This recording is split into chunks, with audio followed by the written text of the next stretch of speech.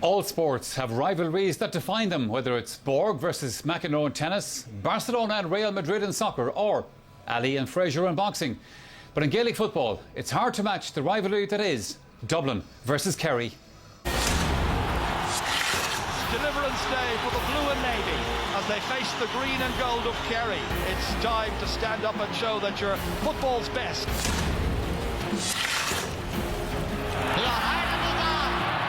This is going to be a memorable All-Ireland. What a contest! It's quite amazing. Regan with the ball now. In front of the goal now. Oh, where's it broken? He's in front of the goal. He can't miss. He has it. Hanson's shot is high. It's good, but it's a point. They're defending now to John Egan. And Cullen has come out. And Cullen has come out. And it's a goal. And it runs kindly for Joe McNally. And it's a goal for Dublin. Can he get a goal? Yes! It's the icing on the cake for Timmy Dowd.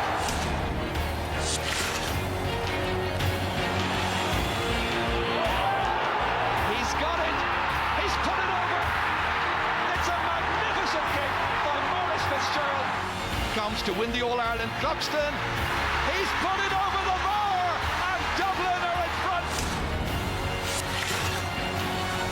And Kerry have won the All-Ireland final. Dublin have won the All-Ireland.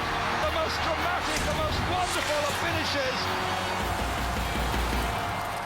Yes, on Classico indeed. It's Dublin versus Kerry, take 27 in the Football Championship. And it's very much advantage Kerry with 17 wins to date. Well, this latest encounter throws in at 3:30. Now, before that, we have the minor semi-final between Roscommon and Tyrone. And they play for the right to face Mayo in the final. And that game begins in a little while at 1:30. Welcome indeed to this big day in the Football Championship. Well, advantage Kerry, as I said, in their championship meetings so far. But of course, the last meeting went in favour of the Dubs, the All-Ireland final of 2 years ago, and that winning point by Stephen Cluxton. Well, here with me in studio, we have Joe Brolly, Pat Spillane and Colin Moore. Pat, has it ever happened to you in your playing career that you came to Dublin as a complete outsider, an underdog? I don't think so. Definitely. Because I couldn't. Perhaps I can't remember. no, semi-final. Perhaps back in '77 semi-final we might have been, because Dublin were champions in '76. I have never come across the odds of Kerry 2-1 in an All-Ireland semi-final. I can understand why, in the sense that Dublin are the farm team, 13 matches played, 1 defeat, league champions, and they've been playing the best football of the championship to date. But Kerry are dangerous when they're outsiders, because the one thing about Kerry teams is that they come in here believing. They come in here believing that they're going to win today. There's no doubt about it. And that's as a result of tradition, but it's as a result of history of Kerry football. These are lads, half of these lads have bucket loads of All-Ireland medals. They owe nothing to Kerry supporters. But the psyche of the Kerry supporter is you're only as good as your last game.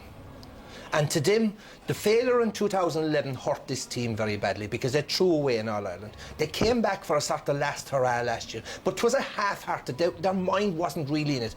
But they've regrouped this year for a last hurrah. Now, the history of last hurrahs in sport isn't great, but this is a fitter, harder trained Kerry team than last year. They're very, very focused, and they really believe and that they can win. And by G, at underdogs, they're dangerous underdogs. Colin, one thing about looking at the two teams and listening to people's opinions about it, on the one hand you hear people saying this is a kind of an old Kerry team, as Pat have been sort of on the road for a while. Then other people say, well, actually not. It's not an old Kerry team at all. So which is it? Both in age and in playing terms, you know, you have quite a lot of players with miles and age on the clock, the likes of obviously Tomás O'Shea, Mark O'Shea, Paul Galvin. They're players that have played a huge amount of football and are getting on in years. And Stephen Cluxton on the other side, and fellas like that. Yeah, no, actually, you're right. Look, Michael, can I give you the statistics I call them? In 2004, Kerry started in 6 All-Ireland finals in a row, 2004 to 2009. Their 5 best players playing today started in that 2004 final. The 2 O'Sheas, Gooch, Declan and Paul. That's a lot of mileage. And there's 2 in the subs, Aidan O'Mahony and Owen Brosnan. So it's mileage more than age, really, I suppose. Yeah, but obviously Tomas O'Shea is what, 35, Mark O'Shea is 32. Like the pace of the modern game would seem to suggest that a player is at his best between about 24 and 28, and things decline after that. I think going back to the well, I think, as Pat said, the 2011, I remember talking to Gooch a couple of times since that, and I think of all the games he played in, that one, the one that hurt him most of all, because really and truly, Kerry had that game at their mercy. They were in total control and let it slip. So, trying to come back and find that pot of gold, it's a very dangerous thing against an up-and-coming Dublin team. Dublin are probably a lot better than they were then, and I don't think Kerry are as good. Joe, you've been down the west over the weekend, down in Mayo. Who do they think will be meeting them in the final? Well, funny enough, a lot of them were saying Kerry last night, and not more from what I can remember, after about 10 pints. And somebody said to me, he says, I could drink 20 pints with any man. So I think Kerry was the general consensus. Strangely enough, because I thought that, I mean, the thing about the Dubs is that, if they were to get the Dubs in the final, the worry would be that the Dubs could go on one of those scoring blitzes, get 2 or 3 goals and take the game away from them very quick. But I think they could probably handle Kerry a bit better than they could the Dubs.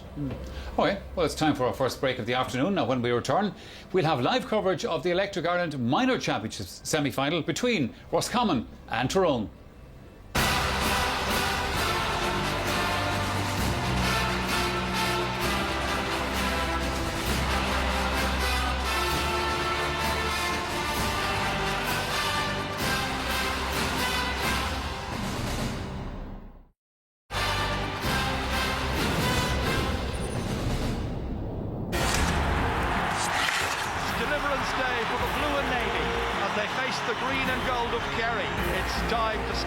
Show that you're football's best. The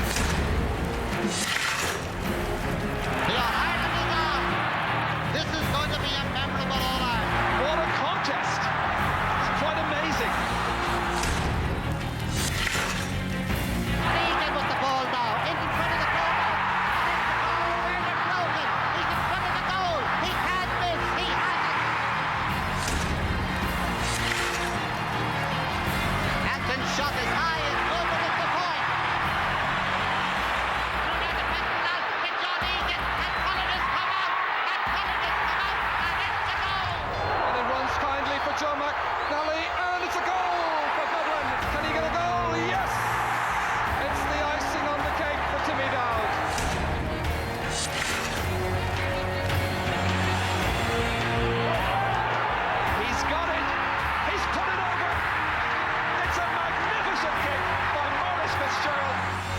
To win the All-Ireland, Cluxton, he's put it over the bar, and Dublin are in front. And Kerry have won the All-Ireland final. Dublin have won the All-Ireland, the most dramatic, the most wonderful of finishes. It started in 1892 in the All-Ireland final. They last met in 2011 in the final, and Dublin bookended those 13 decades with victories. However, Kerry have won most in between. Who goes to the final and whose championship ends here? Well, we'll find out very soon. Now, could I just tell you also that later in the programme there's a chance for you to enter our great new competition here on the Sunday Game. Now, you could be driving off in a brand new car. Details after the senior match. Joe, Pat and Colm are here to look ahead to today's big game. But next, though, we're going to get the views of two men who'll be doing battle against each other down on the pitch in a little while. Dublin's Ger Brennan and Kerry's Darren O'Sullivan. I suppose from a Kerry point of view, it is unusual for them to go into an All-Ireland semi-final as very much the underdogs. However, as Ger Brennan cautions, the Dubs are not believing all the hype.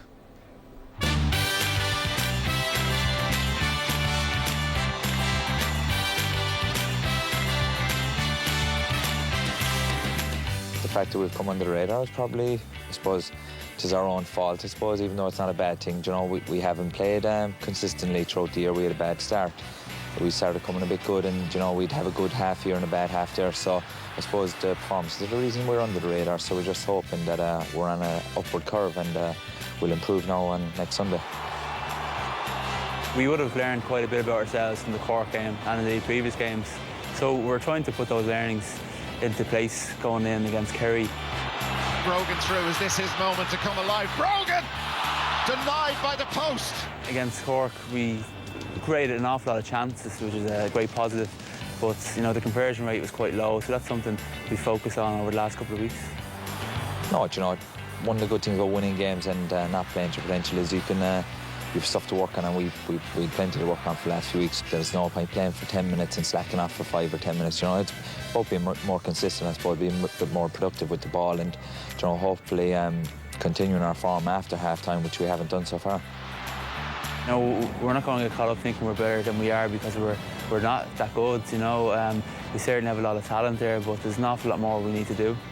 So obviously we have a lot of miles in the clock, but sure, look, that's experience. Like, you know, experience comes for an awful lot, especially in big days, and we're hoping that experience will help us, because physically we're in good shape. Injuries have cleared up, so we're hoping, you know, we'll be ready to hit the road. You just focus on each game, I'll be honest. I know you've heard that many times, but that's what you do. You know, you can't get caught up in what stage you're at, or you lose sight of, you know, your system of plays and your own individual performances.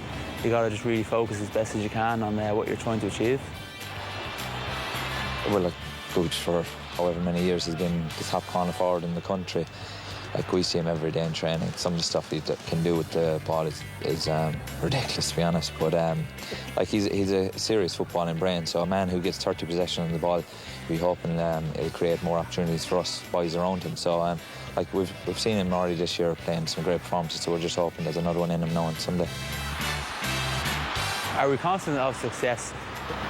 I certainly wouldn't predict the scoreline. It'd be foolish of me to do so, but I'd certainly be confident in our preparations and all that we're trying to do to get over the line. I think in semi-finals and any championship game, you need a bit of luck too, and hopefully we can get the rub off the green on some occasions and hopefully come out on top.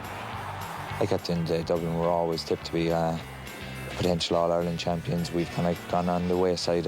People aren't really talking about us as much this year, like, but it's a great position for us. Kerry, Dublin, All-Ireland semi-final, full house in Croke Park. Just what every footballer wants to play, and whether you're from Dublin or Kerry, everyone's going to be looking forward to it. Yeah, Ger Brennan and Darren O'Sullivan there. Pat Spillane, I was down in Killarney at the Dublin-Kerry League match, working on it with you a couple of months back, and that day you described Kerry football as being in crisis. Now, this crisis has ended up in an All-Ireland semi-final. You've been doing your research, Michael, I noticed this. I think everyone's out to get me today, yes? Dublin beat Kerry that day, 1 goal and 11 points to 4 points. Kerry got 1 score from playing the entire 60 minutes. What's the difference? Well, the difference is really in the forwards. Out of today's starting 6 forwards, only James O'Donoghue who played that day. The big guns are now back, the Declans, the Darrens, the Paul Galvins, the Gooches. They've trained very hard.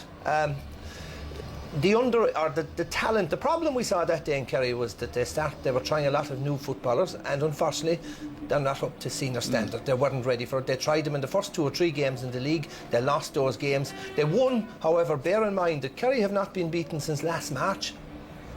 3 games unbeaten in the league and 4 or 5 games unbeaten, 4 games unbeaten in the championship. So they've been building up momentum. They've been building up a head of steam. The big question mark, like I said, you asked me earlier on about the first time that Kerry have gone in as long odds in a semi-final. Kerry's semi-final record is absolutely magnificent. I mean, they've been in 8 of the last 10 All-Ireland semi-finals, and the last semi-final they lost was in 2003, that day against Tyrone. So they've been building up momentum. They've been building up steam.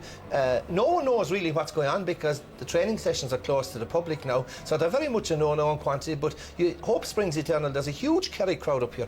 They're probably here more in hope than expectation, but at the same time they look at the 35 minutes that Kerry produced against Cork in the first half, and they're all hope against hope. If we give a 70-minute performance like that, the sky's the limit. And of course, obviously, a game like this, as we know very well, Dublin and Kerry, it has a resonance to it that a few other games. In actual fact, Colin O'Rourke, in the paper today, you were getting poetic. You were quoting Alfred Lord Tennyson and everybody. Oh, yes. Well, at least I presume it was. It could have been John Tennyson, maybe. But I had Othello last week. I have to be careful. He doesn't even understand Othello. That's right. Well, I want to be careful that I don't turn out like Pat and use 1,000 words when one might do. But I have to be careful in that regard. Everybody's harsh against on- me today. Everybody's out. But I think, you talk about Dublin and Kerry, and there's a massive build-up, and it's a great game. But in general, they've turned out to be an anticlimax, because over the last 40 years, Kerry have just murdered Dublin, or the last 30 years, in general, apart from, say, 2011 and a few other games. But Kerry have dominated Dublin through Pat's time, and through up to the modern era. So what has changed now, of course, is Dublin have a very fresh young team. Since 2011, they have players like young Mannion and Kilkenny and Jack McCaffrey, who certainly have added something really outstanding to their attacking play. So Dublin have improved, and Pat was making the point that they brought the old guns back. I suppose that's the problem in Kerry. There just doesn't seem to be bodies to replace, and it happens with all great teams. Why would you do away with Tomás O'Shea and Mark O'Shea and Gooch and Declan O'Sullivan, Paul Galvin? Who's going to replace them? And the answer simply at the moment is nobody. I suppose, Joe, if the plebs were to have their way, this year would be a Mayo-Dublin final, because that's what the public seem to want. The plebs? Yes. What public? The plebs? What public? Of the plebiscite. What public are you talking about? Yeah, well, Dublin Mayo final. I think that.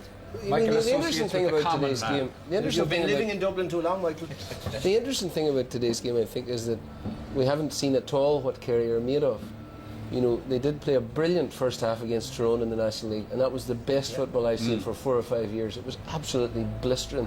Cooper pulling the strings at centre forward, coming deep, Tomás O'Shea attacking forward, very vibrant, moving the ball well. But the issue is whether in the sort of supersonic environment that they'll be in against Dublin, where pace is absolutely critical, and where they've got very individual inside forwards who don't work as a unit.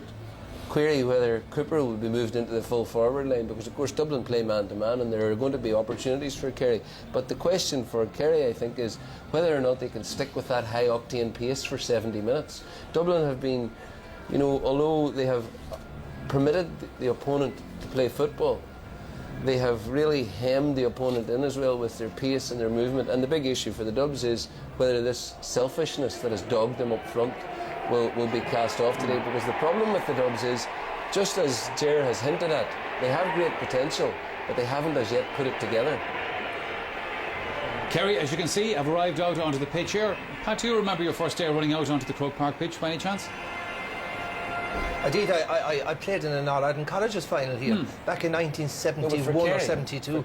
For Kerry, I played in a National League semi-final. But Kerry coming to Croke Park is always a great occasion, because you consider it your second home. And talk about football. Today is the first time that Croke Park has been filled all year, 82,000, and today it's the largest sporting attendance probably at any sporting venue anywhere around the world, which is just remarkable, and it just shows the drawing power that's still there of a Kerry-Dublin clash. Oh sure, and you're so aware of the fact that people are watching this column in the United States, Australia of course, former Kerry players watching out there, I know, and all over the world for an occasion like this. Yeah, well, it's a worldwide thing, and of course it's unfortunate that so many Irish people have found themselves in Britain and America and Australia and Canada and all these countries due to economic difficulties. But at least they're able to tune in, and it gives them a part of Ireland today, and it's something I think that we should be intensely proud of. A beautiful venue and great athletes on both sides here today, doing it for nothing and giving all just for the sheer sake of pride in their jersey and in their communities, their family, their clubs and their county. Actually, can I just introduce a sad note? Because in 1975, the team I was involved with, we beat Dublin here in the 75 final, but in the first game we played against Tipperary, our full forward was a man called Ray Prindeville from Scatterglynn, and Ray was a sub that day in the final in 75, and sadly Ray Prindeville was shot dead yesterday in South Africa, so I want to send out my sympathies to his family. It's a sad day. Well, we all join you, Pat, obviously, in extending our sympathies. I was reading about that this morning in the paper. Joe Brolly, this business of, Stephen Cluxton will kick pinpoint kicks to his players. Dublin will run Kerry off the field. They'll run out the gate with the ball. This is all very obvious. Surely Eamon Fitzmaurice has a plan for all this. Yeah, well, the way Eamon Fitzmaurice has been setting Kerry up very, very defensively to counter-attack. The reason that Kieran Donaghy's not on the edge of the square is because they don't play with a half-forward line anymore, so they've got no one who can kick a ball long and then, deploy Donaghy. Instead, what they've got is 3 sprinters inside whose job is to come win the ball and take it on a solo run and try and get their own score, with Cooper dropping deep. So The problem that they have is how to get that ball into the scoring zone quickly and how to get scores effectively. But the advantage that that system does have is that it makes it difficult to score against them. And they've been working on this. It's a very un-Kerry-like method of play, but they've been working on it throughout the year. Paul Galvin hasn't the legs to get backwards and forwards the way the like of Paul Flynn does. But I think that also Donegal Walsh isn't in that sort of league of top-ranked wing forwards. So Kerry are going to be defensive and hit Dublin on the break, and the question is whether or not they can sustain that for 70 minutes. All right, Dublin getting their pictures taken. Colin, they looked very calm coming out of the dressing room there, Dublin. Yeah, well, I suppose all teams now have these psychologists who tell them how they should prepare for a game. I think the days of shouting and roaring in dressing rooms are gone a long time. I think players are calm but motivated at the same time, and I think that shows on the faces of both teams today. That sort of approach that people used to think of worked, it was very short-term gain. It worked for 5 minutes and people then had to think their way through the rest of the game. I think there's a more mature approach now to the preparation of teams in general, a far better approach, systematic.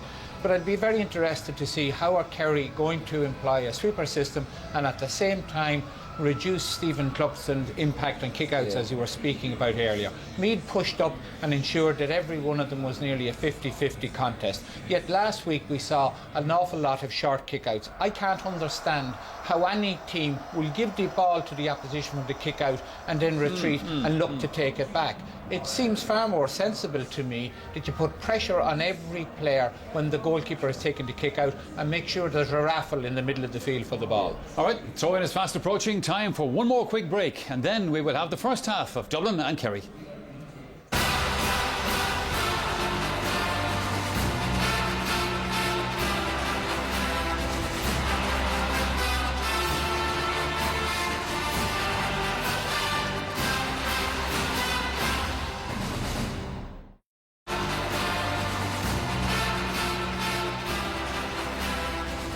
Just under a month ago here at Croke Park, Dublin beat Cork in their All-Ireland football quarter-final. Now it's Cork's Munster neighbours who stand between them and a place in this year's final. Will the Hill be singing this evening? And the Hill is packed, I can tell you. All right, let's get the views of both managers ahead of today's throw-in. Jim Gavin, the Dublin manager, and Eamon Fitzmaurice, who is guiding Kerry's fortunes this year. We spoke to them just a few minutes ago. Jim, how are you feeling about this today? Yeah, we're looking very confident. Great energy amongst the squad for last week, so the guys will be looking for a big game today.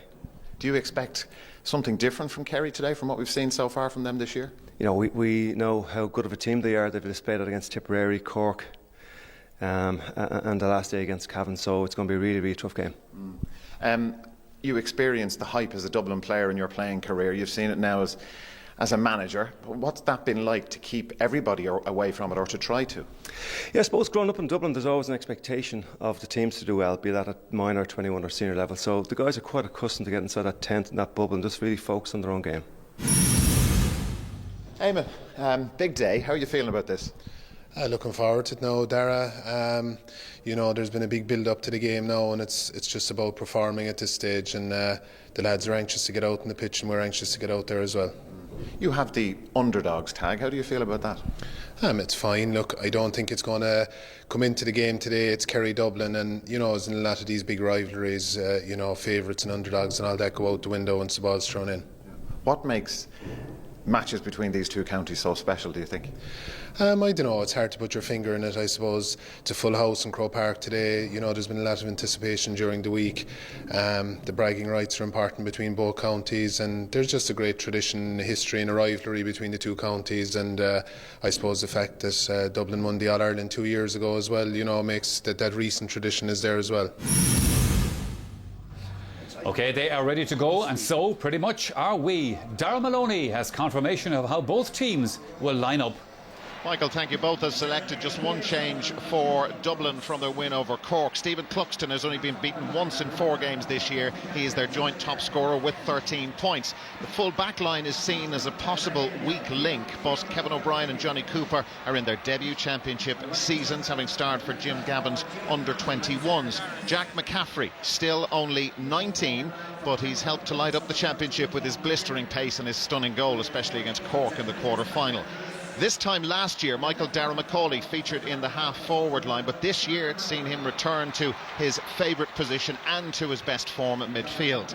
The form of Paul Flynn has been pretty constant over the last few years, with back-to-back All-Stars to back that up, but his work rate and energy are absolutely vital for Dublin in that middle third. And the change in the team is the return to full forward of Paddy Andrews. He's forced his way back in after injury for his first start since the Leinster semi-final. Diarmuid Connolly moves to the half-forward line, Brian Cullen dropping to the bench.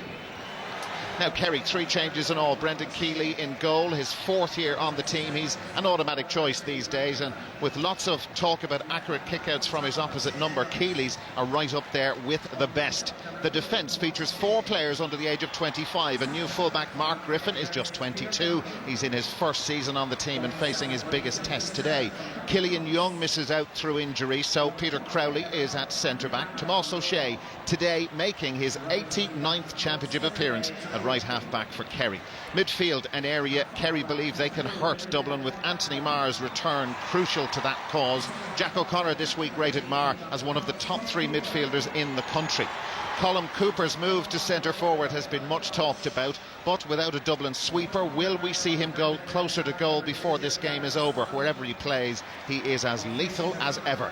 And Kieran Donaghy was left out of the team, having started against Cavan, but James O'Donoghue is fit again and back in a forward line that is absolutely jam-packed with scoring potential. Michael. Thanks for the moment, Dara. Joe Brolly, Dublin have scored a couple of spectacular goals this year, but at the same time, a lot of people have been saying, you're about to make the point, they've been wasteful as well. Well, they've created and wasted 20 goal-scoring chances, 20.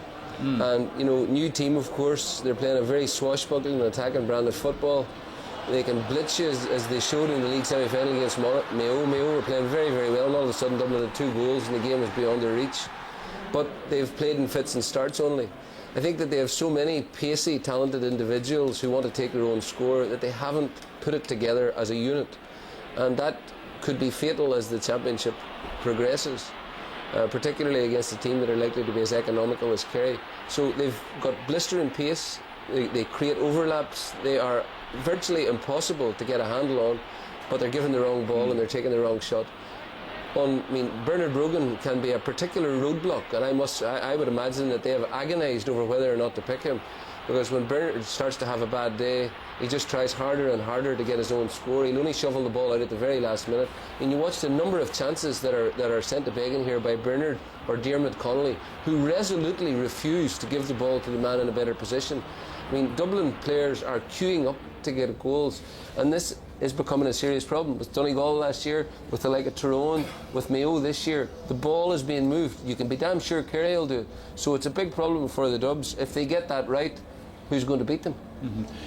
Kerry have treated us to the classic game of 2 halves a couple of times this season, Pat, particularly, say, Cork in our column, particularly in the Munster final against Cork, where they were excellent in the first half and then seemed to go walkabout in the second half. Yeah, well, it was an education in itself for me to watch this game from behind the goal that Kerry were playing into the first half. They dominated midfield. Anthony Marr and Johnny Buckley were fantastic, and they knocked the ball down. They didn't oftentimes catch the ball, but they knocked it down to advantage, anything that they weren't able to catch. And they set up a platform, and the speed of the inside forwards and their movement was just fantastic to watch from behind the goals. Then the second half, Cork made a few changes, and then the most unscientific type of game in the world, they started to kick the ball in high, and Kerry were in big trouble. And if Dublin are going to do something like that, they're not really set up by bringing Paddy Andrews in to play that sort of a game. But Kerry looked very vulnerable under high ball in that match, and I think that's a big issue for them. Now, they could turn that on its head by bringing Donaghy in, and they could cause the same problem for the Dublin full-back line, who have also looked very vulnerable under the high ball. Pat, down through the years, Kerry obviously have produced a string of legend, and the Gooch Cooper is certainly added to that list. The Gooch and Ger Brennan today, is that going to be a match-up? And if it is, how's it going to go? It will be a match-up, and I think it could determine who'll win the game, because if Ger Brennan can curtail the Gooch, then Dublin are half the way through. Look, he's a tight, tenacious defender. He's the guy that adds steel to this Dublin defence. While a lot of Dublin defenders have a licence to roam forward, Brennan is the guy that plays in the holding role, a sweeper for want of a better word. He's very intelligent player, positions himself very well, and is very, very good at distributing the ball. Now that is probably his flaw, and this is what Kerry will somewhere will try to exploit, running at him at pace. Now this is an unusual sight because this is his only foray up front in against Kildare. It was his only point in this year's championship. Now the big thing, can he curtail the Gooch? The Gooch is playing at centre forward this year, a lot of question marks over. In my mind, look, he scored 1 goal in 18 points. He's Kerry's top scorer. He has been the best footballer in Ireland, best forward in Ireland in the last decade. Brilliant vision, brilliant distribution, and watch this for a lovely finish with just that he's side-footed against Cork. Now, his vision and distribution against Cavan, Michael, he was on the ball 36 times. Do you know how many times a ball went astray? Once in 36. And sometimes he was man-marked by Jason McLaughlin and Alan Clark. Now, this is probably a flaw in his game. Now, his touch, his vision, his support play. Now, this is where we need more of him. The big question mark, that was the only time he literally ventured forward. That was his only score from play against Cavan. Now, he's playing centre forward, I say, yeah, because he's the conductor of this team. He's pulling the strings. He has great vision, great distribution. But the problem is, he's also Kerry's best forward. Yeah. He's Kerry's ace goal scorer. I think today, what's going to happen today, he's not going to play as deep as normal, and I think he's going to rotate between the centre forward position and closer to goal, because Dublin do not operate a sweeper blanket system. Dublin's full back line are vulnerable, and a quick ball into Gooch close to goal, and I think it'll reap dividends. OK, lads, I'm going to get a summary from a lot of you about this game and what we can expect. General consensus, Joe, is that this could be close, but that Dublin's extra legs, extra pace will win it out in the end for them. Discuss. Well, I wondered at the start of the year on the first Sunday game night programme whether Dublin were flaky and whether they really have that steel that's required, that cohesion that's required to win an All-Ireland. That will be tested today. We haven't seen it yet. They've been flaky at times, they haven't put it together. There have been problems with their style of play, so it's a huge test for them today. I think just on the basis of their furious pace throughout 70 minutes, that they will shade the game. Colm O'Rourke, Dublin were All-Ireland champions just 2 years ago. Kerry were the champions before that. Yeah, but I think it's a better Dublin team. It's certainly more attacking, because I think under Pat Gilroy, the half-backs were very much a defensive line. They never went forward. Under Jim Gavin, really, the dogs have been let off the leash to an extent, and I think we've seen a very attacking, open, fluid style of Dublin football, which nobody seems to be able to counteract. I think for Kerry to win today, they must isolate the Dublin full back line, go at them and score goals. 2 or 3 goals I think Kerry would need to win today's match. I think overall the balance of advantage has drifted in favour of Dublin, that they're going to have too much pace and power, so I expect Dublin to win. Pat Spillane, I have never seen a Kerry team come up to Croke Park just to put up a performance. No. And they won't, and it'll be a battle. But there's a lot of ifs about Kerry's performance. You're looking for their first 70-minute performance in this year's championship. You're looking for a Kerry team which unusually need to keep the game tight and physical. They cannot afford. They need to play the game on their own terms. They need to get the Dublin defence on the back foot. They need to exploit the weaknesses in the Dublin full back line. They need to get big games out of their 5 stars who have been there since 2004. It's a lot of ifs and buts. I think, provided Dublin are creating 37 chances a game, they're only converting a half. Dublin to convert more of their chances, and Dublin's pace to see them through. All right, and that's a Kerry man. It's a full house here at Croke Park, so who will come out on top in this battle of Gaelic football's fiercest rivals, Dublin or Kerry? Let's find out with Kevin McStay and Darren Maloney. Michael, thank you. An absolutely blistering atmosphere here in Croke Park. Just a handful of empty seats as we look around the stadium. The previous best attendance until today in Championship 2013 was just 18 people over 70,000 for the All-Ireland hurling semi-final a couple of weeks ago. A brief glimpse of Eamon Fitzmaurice, the Kerry manager, ahead of the 27th meeting of Dublin and Kerry in senior championship football. Kevin McStay. Well, really looking forward, Dara. It's so hard to predict, because you know form is pointing to Dublin. And as the boys mentioned, like Kerry don't come up here for a spin. I met a few of them in town, and they were saying, 36 All-Irelands, how do you think we won them? We don't come up here for the fun of it. And of course they don't. Lots and lots of questions, and we're only going to know the answers, if truth be told, over the next 70 or so minutes. Yeah, 59 All-Ireland titles between these two counties.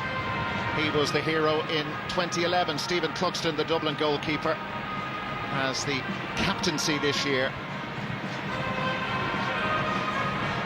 I'm watching both teams arrive at the stadium earlier on, both very, very relaxed, outwardly anyway, with Mayo waiting in the final on the 22nd of September.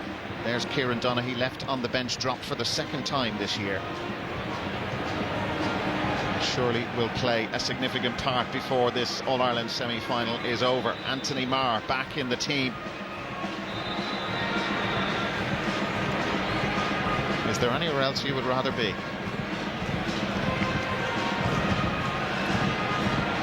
Kerry have won 17 of those 27 meetings. Dublin have won 7. And on All-Ireland semi-final day, we remember Paddy McConnell of the Dublin County Board, Ray Prendeville, a 1975 All-Ireland medal winner with Kerry. We heard Pat Spillane speak about Ray a couple of moments ago. Mike Deneen O'Shea, Daithí's dad, who passed away recently, and Seamus Heaney. And those gentlemen are remembered here in Croke Park today. Looking after juveniles for the summer camps. Former Kerry footballer Ray Prendeville from the Scarta Glen club played with Kerry in 1975. He died in tragic circumstances during the week in Namibia. Queenie Freshen, or Mike Daneen O'Shea. We remember Mike Daneen O'Shea, Irish language novelist and musician, and father of Daithí O'Shea, who was to be with us this afternoon as guest MC. Finally, we would like to mark the passing of one of our greatest literary icons, the Nobel laureate Seamus Heaney.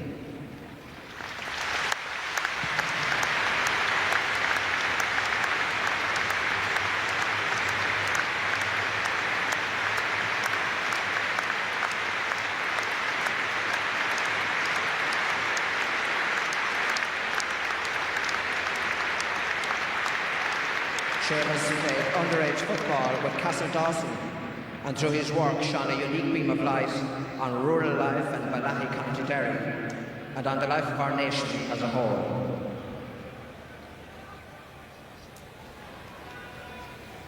Suibna Shiri Aranamaka Ushla, Anishakarja, Orana Vian, Achasa, Eg David O'Leary.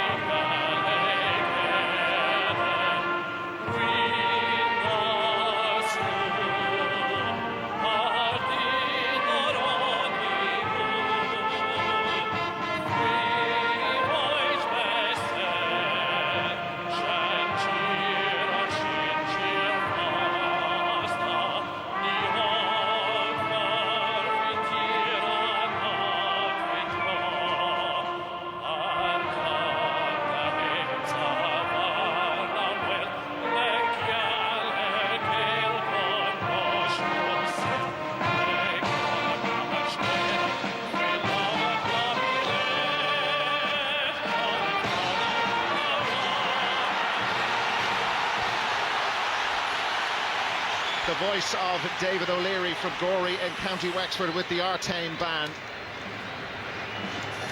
The referee for this All-Ireland semi-final, Cormac Riley from Meath.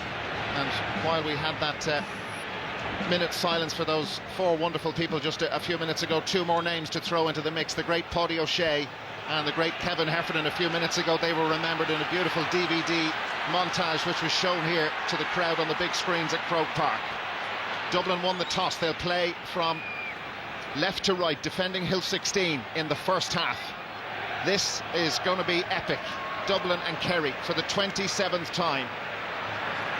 Paul Galvin, Donncha Walsh have swapped. And away we go. Ball thrown in. Johnny Buckley with a strong right fist on that. James McCarthy trying to get to the break, and here's the Gooch. Starting at centre forward, Ger Brennan then close to him. He's sent that one in long. Cluxton is a bit out in his line, and James O'Donoghue managed to catch it. Having to play a bit of soccer with it now, able to pick it up. Kerry want a fast start, like they had in 2009. Darren O'Sullivan, James O'Donoghue. Hasn't played a huge amount of football since being injured against Cork. They've got a free man out from Anthony Marr's pass. It's the centre-back, Peter Crowley. Crowley steadies down, shoots on his left side, and the jeers tell you that hasn't hit the mark, and it's the first wide. And that was a long way off target from Peter Crowley, coming forward from centre-back. First scoring chance, not taken. Paul Flynn. His work rate has become so important to the way that team play, but a loose pass, Colin Cooper. Paul Galvin just skips away from him. Great feat from Paul Galvin, 33 years young. Galvin holding off James McCarthy, but the referee spotted an infringement. Was the ball touched on the ground? Well, Paul Galvin was certainly fouled before that. That should definitely have been a Kerry free. He did touch it, surely, but that was after he was fouled originally. You just see it here. Just there, he's been fouled there. And in fact, it was his knee that flicked it back. Jack McCaffrey.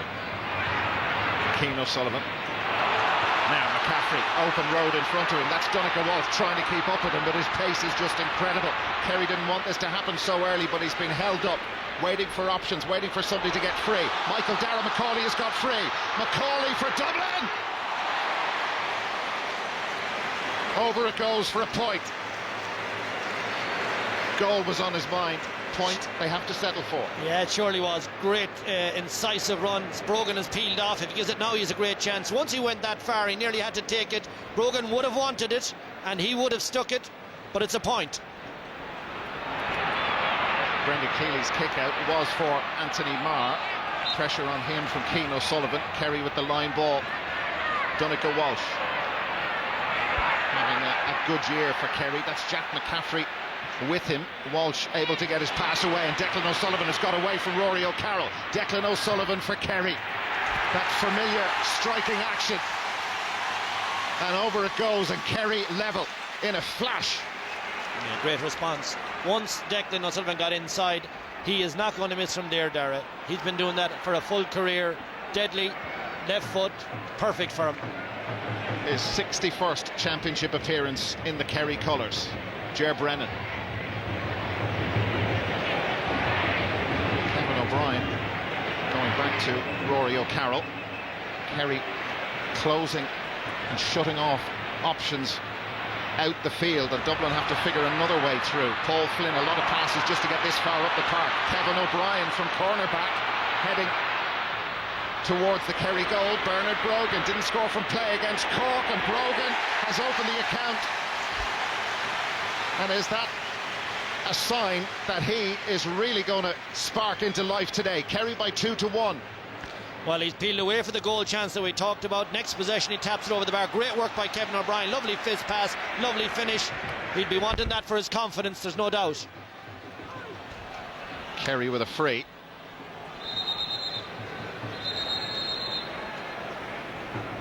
Cormac Riley just telling Paul Galvin to go back to the spot where the foul took place. Here's Anthony Marr.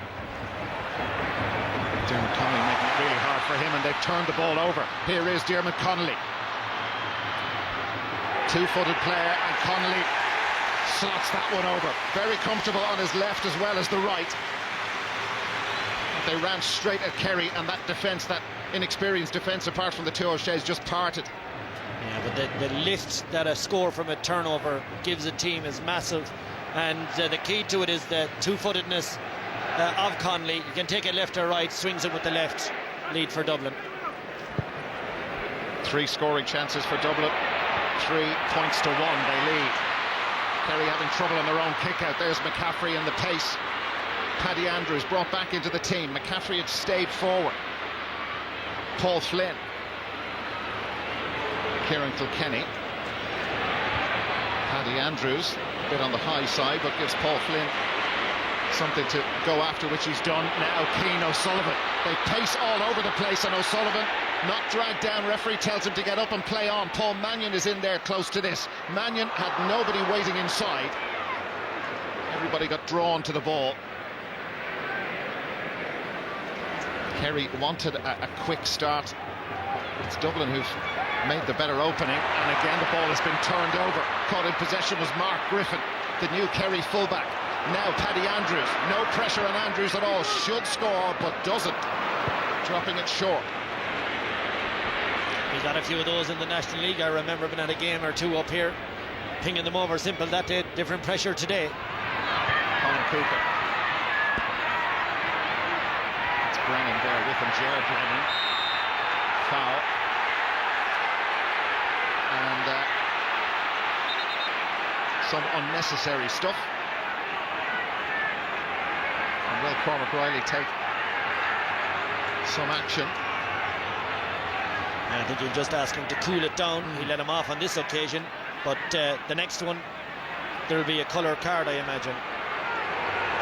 And the ball moved forward. And that's good refereeing there in my book. He's cooling down Brennan. He's also penalised on the 30 metres.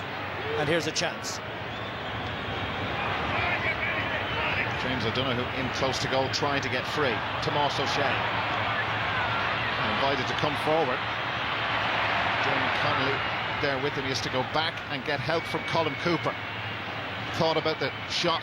Goes with a very precise pass to Walsh. They've got in there in the back. O'Donoghue, goal! What a goal from James O'Donoghue. And what a pass from Colin Cooper. And what a pass from Donegal Walsh. The little reverse hand pass puts him through here. There it is. And sticks it. If you're going to score from that distance against Cluxton, it better be a good one. Down low in the corner. And now the referee is talking to James McCarthy. James O'Donoghue's goal, a yellow for James McCarthy of Dublin. Well, after a sluggish sort of a start, Kerry have arrived and in style, and they lead by 1-1 to 3. A brilliant goal from James O'Donoghue. Second time Stephen Cluxton has been beaten in Championship 2013. That was early against Kildare. We knew we had a game already. It's just gone up another level. Paddy Andrews blocked down by Mark Griffin. Mark O'Shea out with Bernard Brogan. They'll have some ding-dong battle. Declan O'Sullivan, the slip by Keane O'Sullivan. It's Dermot Connolly working hard to try and make it difficult for him. Donegal Walsh, James O'Donoghue sends it long over the head of Darren O'Sullivan, and too long for him and for Colin Cooper. He was thinking of the right thing, though. Yeah. It was a good pass, just went over Darren O'Sullivan's head and the Gooch's head, but it was a good chance. Open enough for Keane O'Sullivan. Here's Kieran Kilkenny. He hasn't had too many chances to take the ball. He's been fouled. The referee spotted a push. And Dara, I just had a look around. The matchups as per programme are by and large exactly as is. Amazing. Jack McCaffrey sending that long. Bernard Brogan is his target, doesn't get to him. Here's Paul Mannion, has Brogan with him. Bernard Brogan turns back into trouble. Why?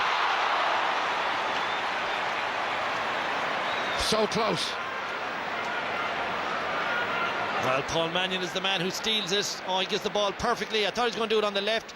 Probably did just everything right and just skims it to the left and wide. Great chance. Quick goal reply would have been something to really up the temperature. Oh, just agonisingly wide.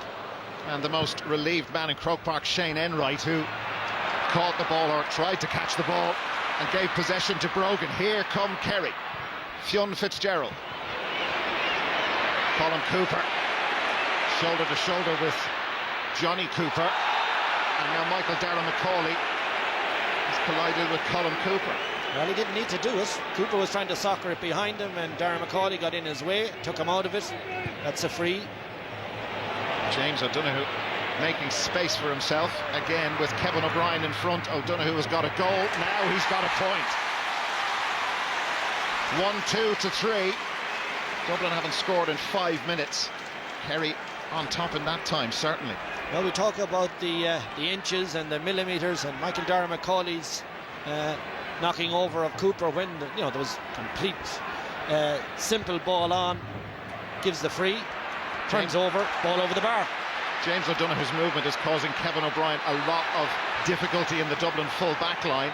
The Leinster champions will have a free, and there's so much at stake, but it's a bit of an edge to this too, as you would expect.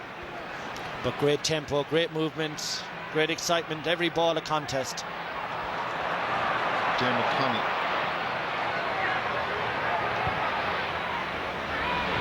Paddy Andrews taking Mark Griffin out the field, the Kerry fullback. Andrews. Kieran Kilkenny there with him. Jack McCaffrey. Poor pass from McCaffrey straight to Tomás O'Shea. Shane Enright. Paul Galvin. Anthony Marr spotted a gap and spotted James O'Donoghue, who continues to impress. Now Darren O'Sullivan has got out in front but hasn't got the ball. Kevin O'Brien was marking him on that occasion, and James McCarthy showing brilliant pace to get there ahead of Paul Galvin, but it's worked out well for Kerry. Darren O'Sullivan, we've seen those soccer skills before. Paul Galvin. James O'Donoghue. Donncha Walsh. Johnny Buckley for Kerry. Now Colin Cooper. Donncha Walsh is completely through. They're back in again. Dublin far too open. Walsh, goal! What a start for Kerry. And Donncha Walsh, whose eye for goal seemed to have deserted him this year, but he's done this before. 2-2 to 3 points. An amazing start by Kerry. And this time it is the Gooch's pass. One-on-one, brilliant finish, absolutely brilliant finish. On Cluxton, Dara, they are so hard, but look at Gooch's vision again. That's why he's at 11, that's why he's conducting the orchestra. Brilliant pass, brilliant finish by Donncha Walsh. What a score. Who saw this coming? Well, there's been talk about this open Dublin defence all year, and they've been carved open twice.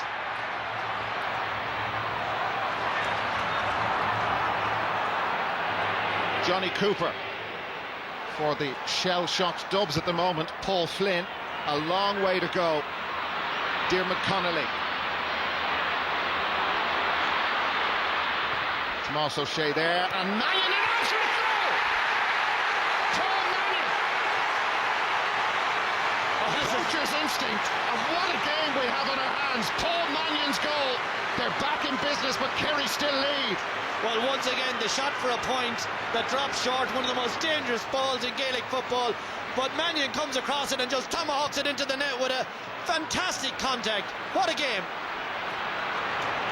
It's already been stunning, and we've only been playing for 13 minutes. Peter Crowley crunched. Dublin free, and they want Stephen Cluxton to take it from this range. He's their joint top scorer. Dermot Connolly a little winded.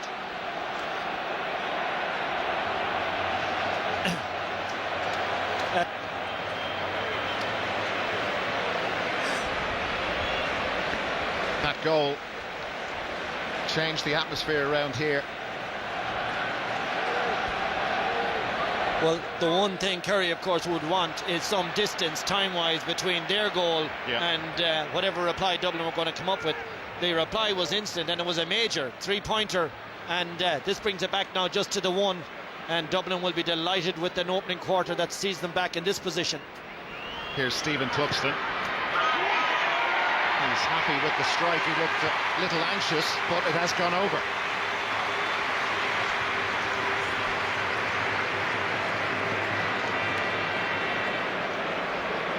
Now that was Peter Crowley. And here's the goal again. Yeah, no doubt whatsoever that Jeremy Connolly was going for the point, but didn't Mannion do well to keep his eye on the flight? 3 goals in the first 14 minutes. Tomás O'Shea. James O'Donoghue. Quick, and his confidence at close to an all-time high, you would think. That's Kieran Kilkenny of Dublin, who's back there with him. Paul Galvin. Johnny Cooper behind, and he is surrounded and dispossessed legally, and now there's a free to Dublin. And again, that edge just comes back into it, and James O'Donoghue and Johnny Cooper, unnecessary stuff from both.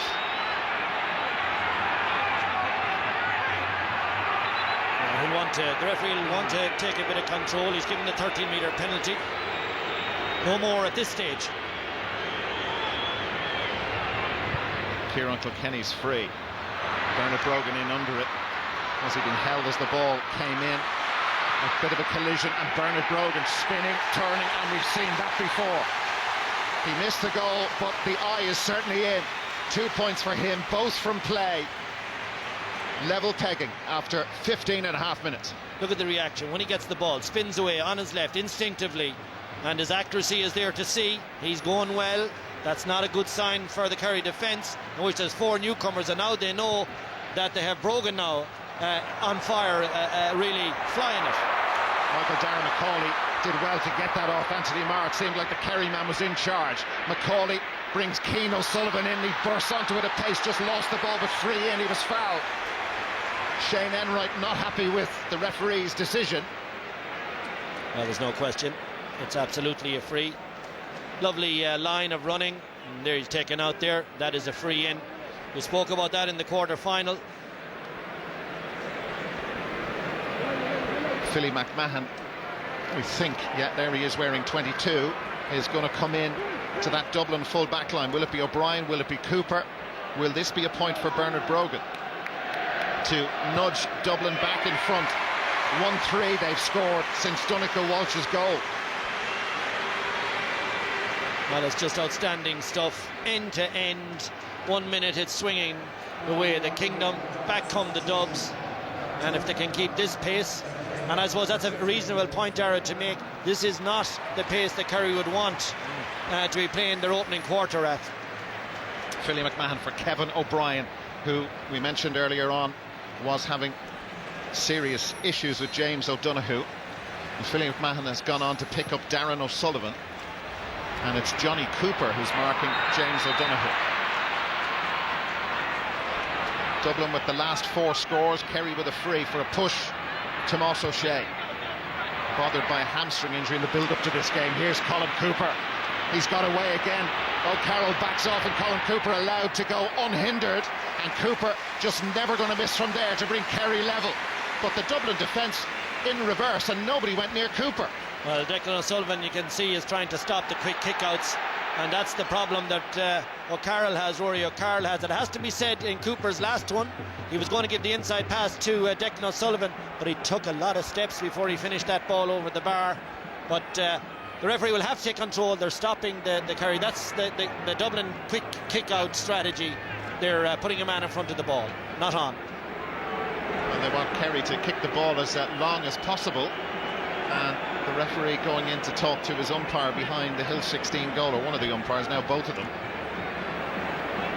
This isn't the first time off camera they've been doing it as well.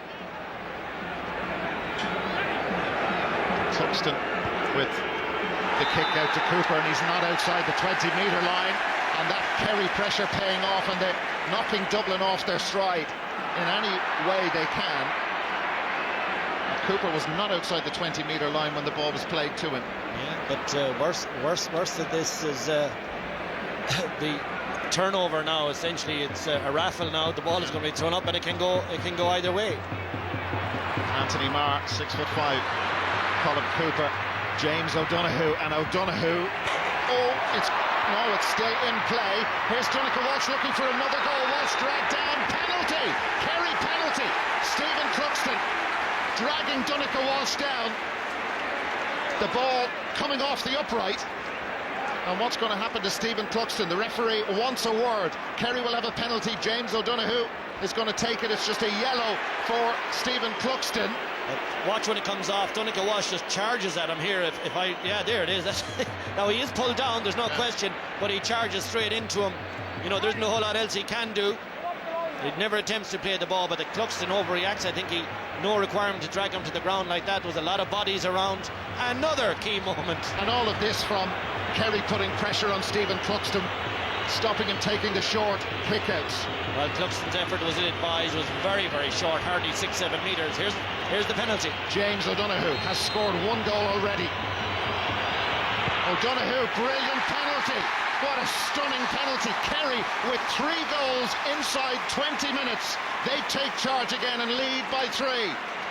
Well, that was trouble of their own making, but brilliantly executed by James Donoghue. He is on fire, unstoppable at the moment, everything he touches. 3-3 to 1-6. Who would have predicted that? Philly McMahon, the Dublin substitute. Paddy Andrews, confirmation of the card for Stephen Cluxton. Kieran Kilkenny hasn't got too much change out of Fionn Fitzgerald, who's moved over to mark him at centre-back. Johnny Cooper. Kerry getting plenty of players back behind the ball. Mannion's in after it, tricky bounce, it's gone over. Philly McMahon.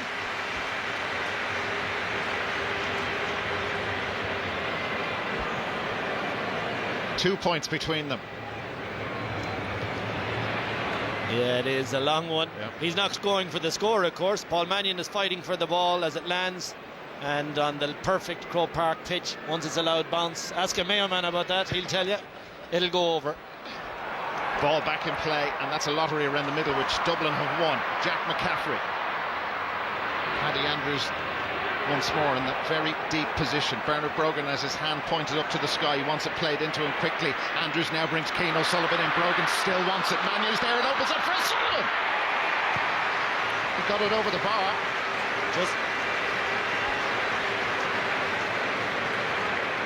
Well, it's again a massive line. His line of running at the moment is absolutely sensational. Of course, he has the pace. That's another goal chance, but he's driving it over. He'll be happy enough with that. It's just a shootout. 3-3-1-8. Kerry leading by a point. Brendan Keeley goes to the same place again. Buckley and Marr close by each other as they normally are in the Kerry kickouts. Here's Paul Galvin. Declan O'Sullivan. Perfect ball for O'Sullivan and a test for Ger Brennan. Darren O'Sullivan has come out to help. Declan O'Sullivan gone down injured. Colin Cooper in closest to goal. Is he in the full forward line now? Great catch from Cooper and a wonderful score from the Gooch. Too clear. Well, this is just outstanding stuff. Declan O'Sullivan and the Gooch have swapped positions. You probably noticed that on the diagonal. He just went back door, came off his marker. Now once he has possession, as I've often said, it's too late. The Gooch isn't going to miss. And that one just cleared the 20-metre line, that quick kick out. Johnny Cooper, Rory O'Carroll. Again, there's pressure high up from Kerry. Johnny Cooper pushed off it by Donncha Walsh.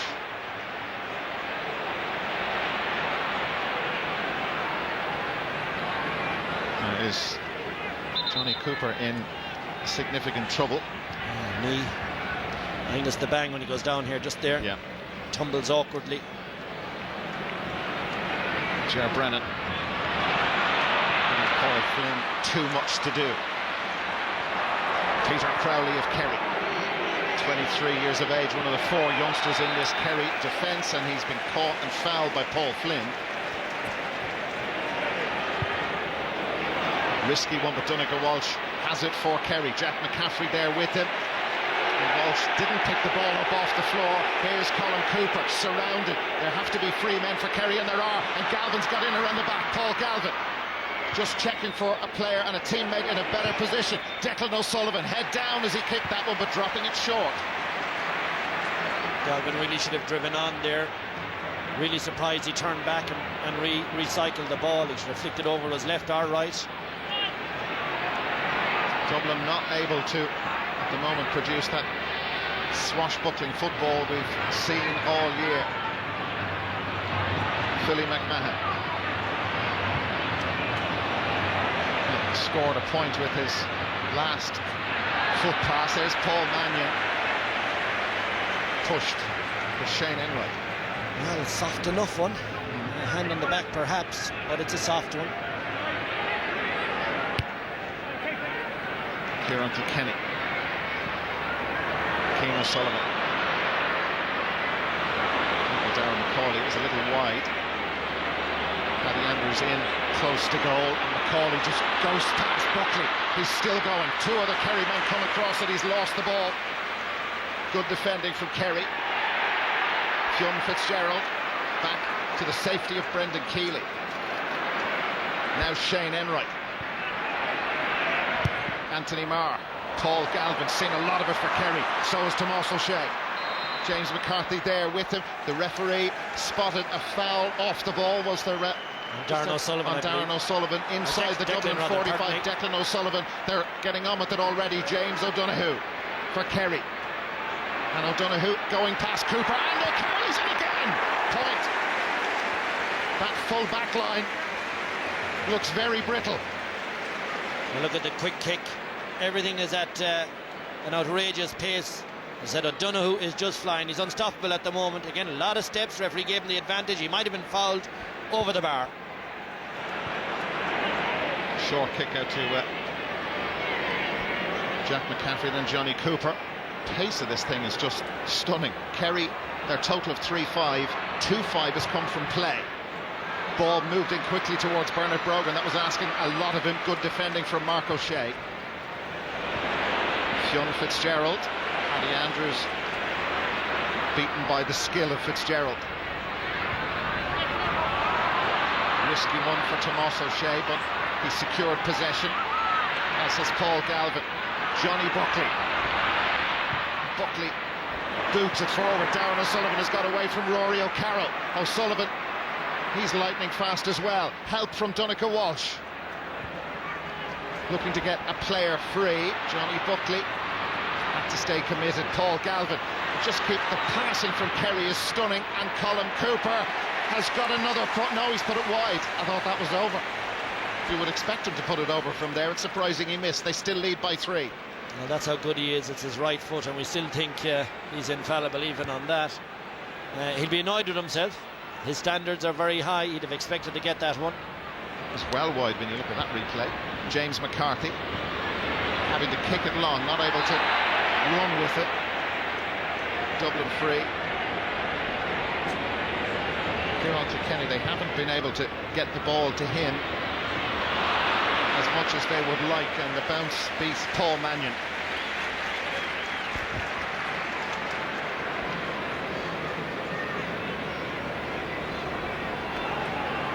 Kenny for his thoughts. Jim Gavin, the Dublin manager. I think he'd be happy, Dara. Overall, you have to say, when you get 3 shocks like those goals that Kerry put into the back of the Dublin net against the top keeper in the country. They've only conceded 1 before this. Well done, Tomás O'Shea. Connolly got there as quick as he could, but not quick enough. Mark O'Shea. Lots of space in front of him. Michael Darragh Macaulay comes to close him down. Darren O'Sullivan with Rory O'Carroll. O'Carroll taller, but O'Sullivan quicker. But he pulls it out of his hand. Free Kerry. That's going to be a free. Free into Kerry. Softish enough, but technically correct. Rory O'Carroll's tackling was merely just to pull the ball out of the Gooch's hands. We might get a look at that again, and I'm pretty sure that's the reason for it.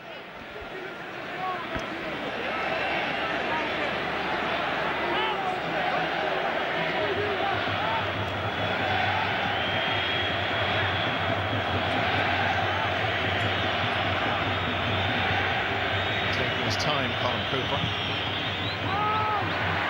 Given that, it's come off the post. They scored a goal the last time this happened. Kerry have possession again. Donncha Walsh. And Walsh has got right under that. James O'Donoghue down the bottom of your screen, just punching the air. He was furious the ball wasn't played into it. Yeah, he came off his man. Well, here it is. There it is. Just pulled out of Darren O'Sullivan's hands. Referee gives the free. Nothing came off it. Dublin attacking with Michael Darragh Macaulay. Johnny Buckley in front of him. Bernard Brogan has got it in front of Mark O'Shea. Brogan spins round. O'Shea still in front of him. Brogan from a very tricky angle has put it wide. That's their 3rd wide. And again, when we look at that, you'll see that his jersey was being pulled. He'll be not too pleased that he didn't get the free. And you saw how quickly Brendan Keeley got the ball back in motion for Kerry.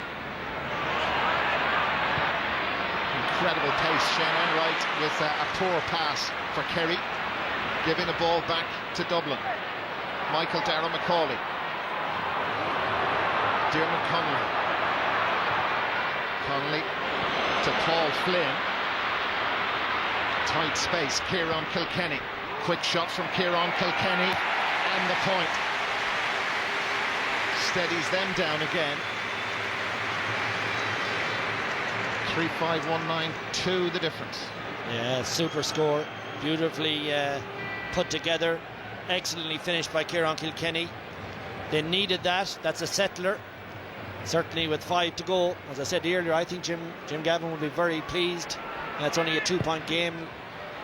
And on the other side, the Kerry management will be saying, why isn't it more?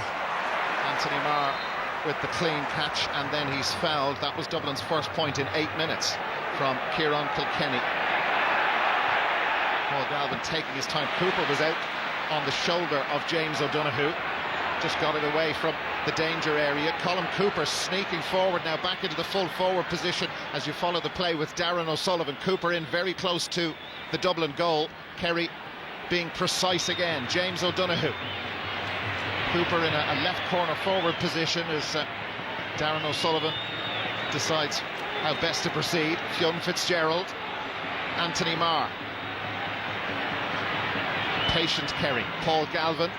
Philly McMahon claiming he was fouled and pushed, and the referee spotted it, much to McMahon's relief.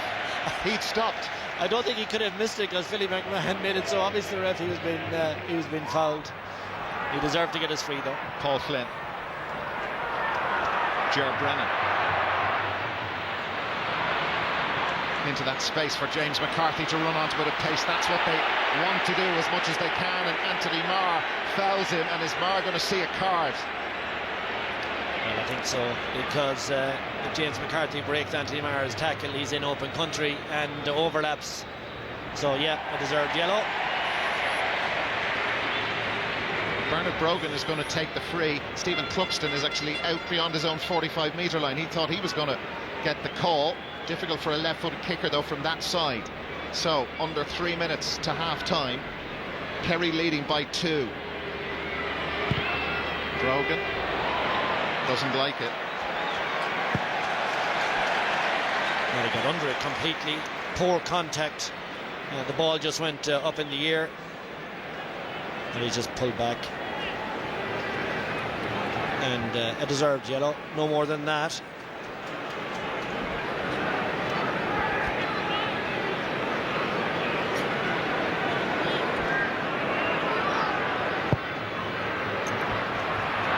Keeley forced long.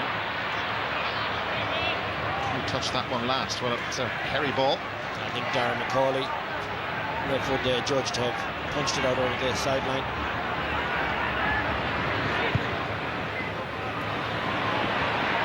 Ger Brennan struggling. Colm Cooper, clever hands back to Paul Galvin. Cooper has a few yards on Ger Brennan. Darren O'Sullivan is there with him. Cooper. Paul Galvin. Donegal Walsh. They've got Tomas O'Shea in some space. Michael Darragh McCauley there with him again. There's a big gap through the middle of that Dublin full back line, but they work with James O'Donoghue. Kerry. Declan O'Sullivan. Forced sideways to Peter Crowley. Paul Galvin. Was he pushed? Referee said no. Here's Peter Crowley. Missed one early, wasn't it? The first scoring chance of the match for Kerry. He put it wide. Anthony Marr. Kerry putting an awful lot into this attack. Declan O'Sullivan going down, claiming he was fouled by Rory O'Carroll. Referee didn't see it that way. I'll say I didn't see it myself, but I might pick it up on a replay. Darren O'Sullivan is pretty adamant he was fouled, appealing to the umpires. 1 minute to be added on, but Kerry had the ball in hand there for such a long time. And big defensive lines in front of them though, Dara. Keane O'Sullivan, oh, he's surrounded by 3 Kerry men. Tried to find Rory O'Carroll there and bother on their own kick out. Free in Kerry.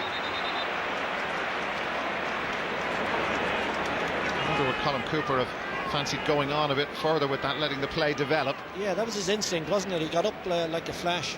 Kick out stats. Yeah, kick outs 1, 11, 14, 10, 13. Yeah, that's pretty reasonable. They're obviously concentrating on their own kickouts, very much so. I'd like to see the stats on the opposite side, of course. Turn them around. They're not as aggressive on the opposition. this fella, Johnny Buckley, a very fine free taker. They lead by 2. Oh, dear. Sorry, Johnny, that was my fault.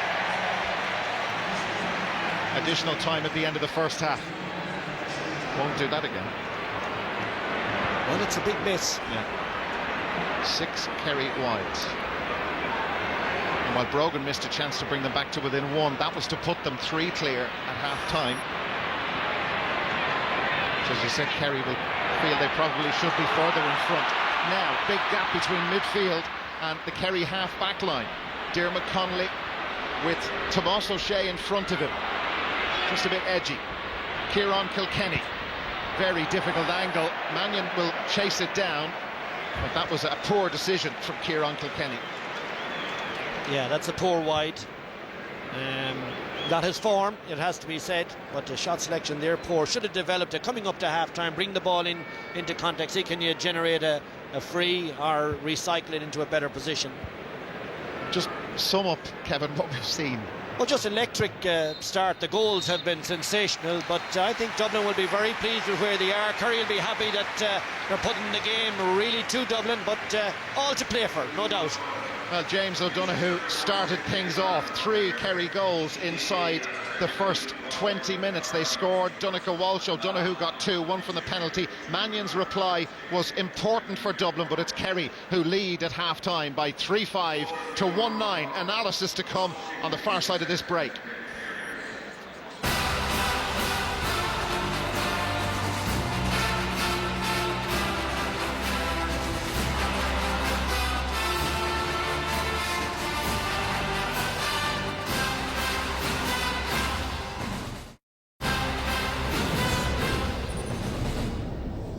We are at the halfway point in the second of this year's All-Ireland football semi-finals. Kerry leading by 2 points, 3 goals and 5 points to 1 goal and 9 points. Pat Spillane, what have you thought of your fellow countymen so far?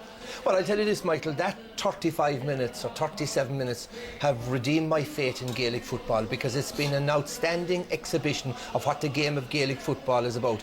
This was a game, Gaelic football, that was hijacked for the last 10 years by defensive-minded, negative coaches, where it was all about stopping the opposition by fair or foul means. Last Sunday we saw with James Horton, and today we see with the 2 teams here, with Jim Gavin's train team and Eamon Fitzmaurice's train team. You have 2 teams here where it's all about a footballing philosophy, where it's about attacking, it's about trying to outscore the opposition. It's not about systems, it's not about negativity. The range of kick passing, just a useless statistic. Dublin kicked past the ball 28 times in that first half. Kerry kicked past the ball 30 times. Do you know what? That's more than the number of kick passes that Tyrone had in the entire game last Sunday. They kicked 26 kick passes last Sunday. So this was a lovely exhibition. Credit to everyone involved, the referee. It's a lovely, high-scoring, free-flowing football. This is what players want to play, Michael. This is what spectators want to come to see. So I compliment them all. And just to look at the Gooch and his vision, and to look at some of the kick passing from Kerry, it was brilliant stuff, Michael. It's relentless kind of stuff, Colin Moore, because the only way you could describe it. Yeah, sometimes you have close matches which are exciting and the quality may not be particularly good. In this case, the quality is very, very high, and it's a close, competitive and very sporting game. And in fairness, the referee is doing his best to keep the thing moving. The quality of foot passing by Kerry in the first 20 minutes was as good as I have ever seen before. And their movement off the ball and their inside forward play. Brilliant play by the Gooch, James O'Donoghue, Tomás O'Shea, who's the oldest player on the field, brilliant in that first half.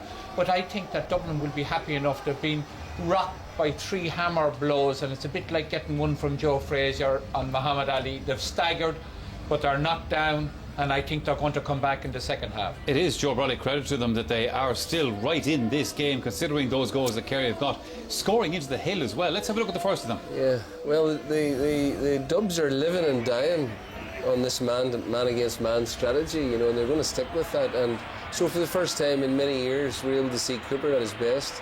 I mean, he's been like a sort of an expert swordsman, toying with a feisty novice in Ger Brennan. I mean, it's been a terrific display, wonderful vision, passing, two-footed, I mean, he has really been fantastic. And of course, this is the problem. This is the problem with the way the Dubs play, is that they do let you play. So I mean, Jim Gavin is going to live and die by this strategy. The difference between the teams thus far is that Dublin, for all their extra athleticism and their pace, are creating goal-scoring chances and not taking them. Yes. Kerry are creating goal chances and are lethal. And another thing that they've clearly been doing behind closed doors over the last 6 weeks is they've been working on their forward movement. Their forward movement has been exemplary. Diagonal runs, lateral runs, inch-perfect passes. I mean, they really have cut Dublin to pieces. And I have to say now, it's been an absolute privilege to be here to watch it. And just to prove, Pat, that goal just wasn't something out of the blue, they did it again. Yeah, again, the key in all of this is the magic of Gooch and his vision. Just watch, I mean, and we saw it earlier on. Listen, a lovely quick pass into Donegal Walsh. And Donegal Walsh, I mean, has been criticised in Kerry for not scoring enough. He scored 3 points the last day against Cavan. And that is as good a finish as you'll get against one of the best goalkeepers of all time. But look, it's just, you pay the admission fee alone just to watch the magic and the touches of class and the sheer vision and the sheer brilliance of Gooch. That vision composure, there, the composure, Dublin, you know. Dublin seem to be treating Gooch like Cowboy Joe and hoping the posse will cut him off at the pass. But give him the ball with any type of space and he's going to pick out a man. The hill was very quiet for a while after those goals were scored, I can tell you. Time for us to pause again for a little while here at Croke Park. Join us for the second half of Dublin versus Kerry after this break.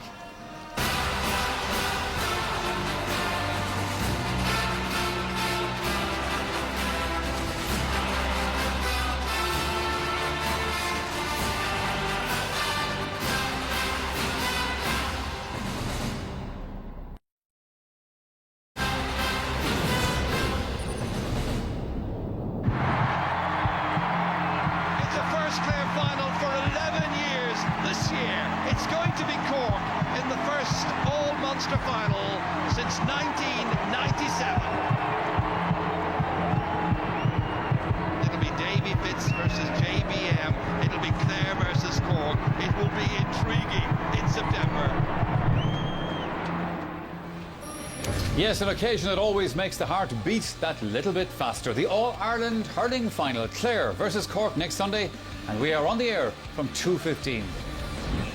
But at half-time in today's football semi-final, Kerry leading Dublin 3 goals and 5 points to 1 goal and 9 points. We always suspected, Colin Burke, that there would be goals in a game like this. We didn't think there'd be so many after about 20 minutes. We saw Kerry's second goal just before the break.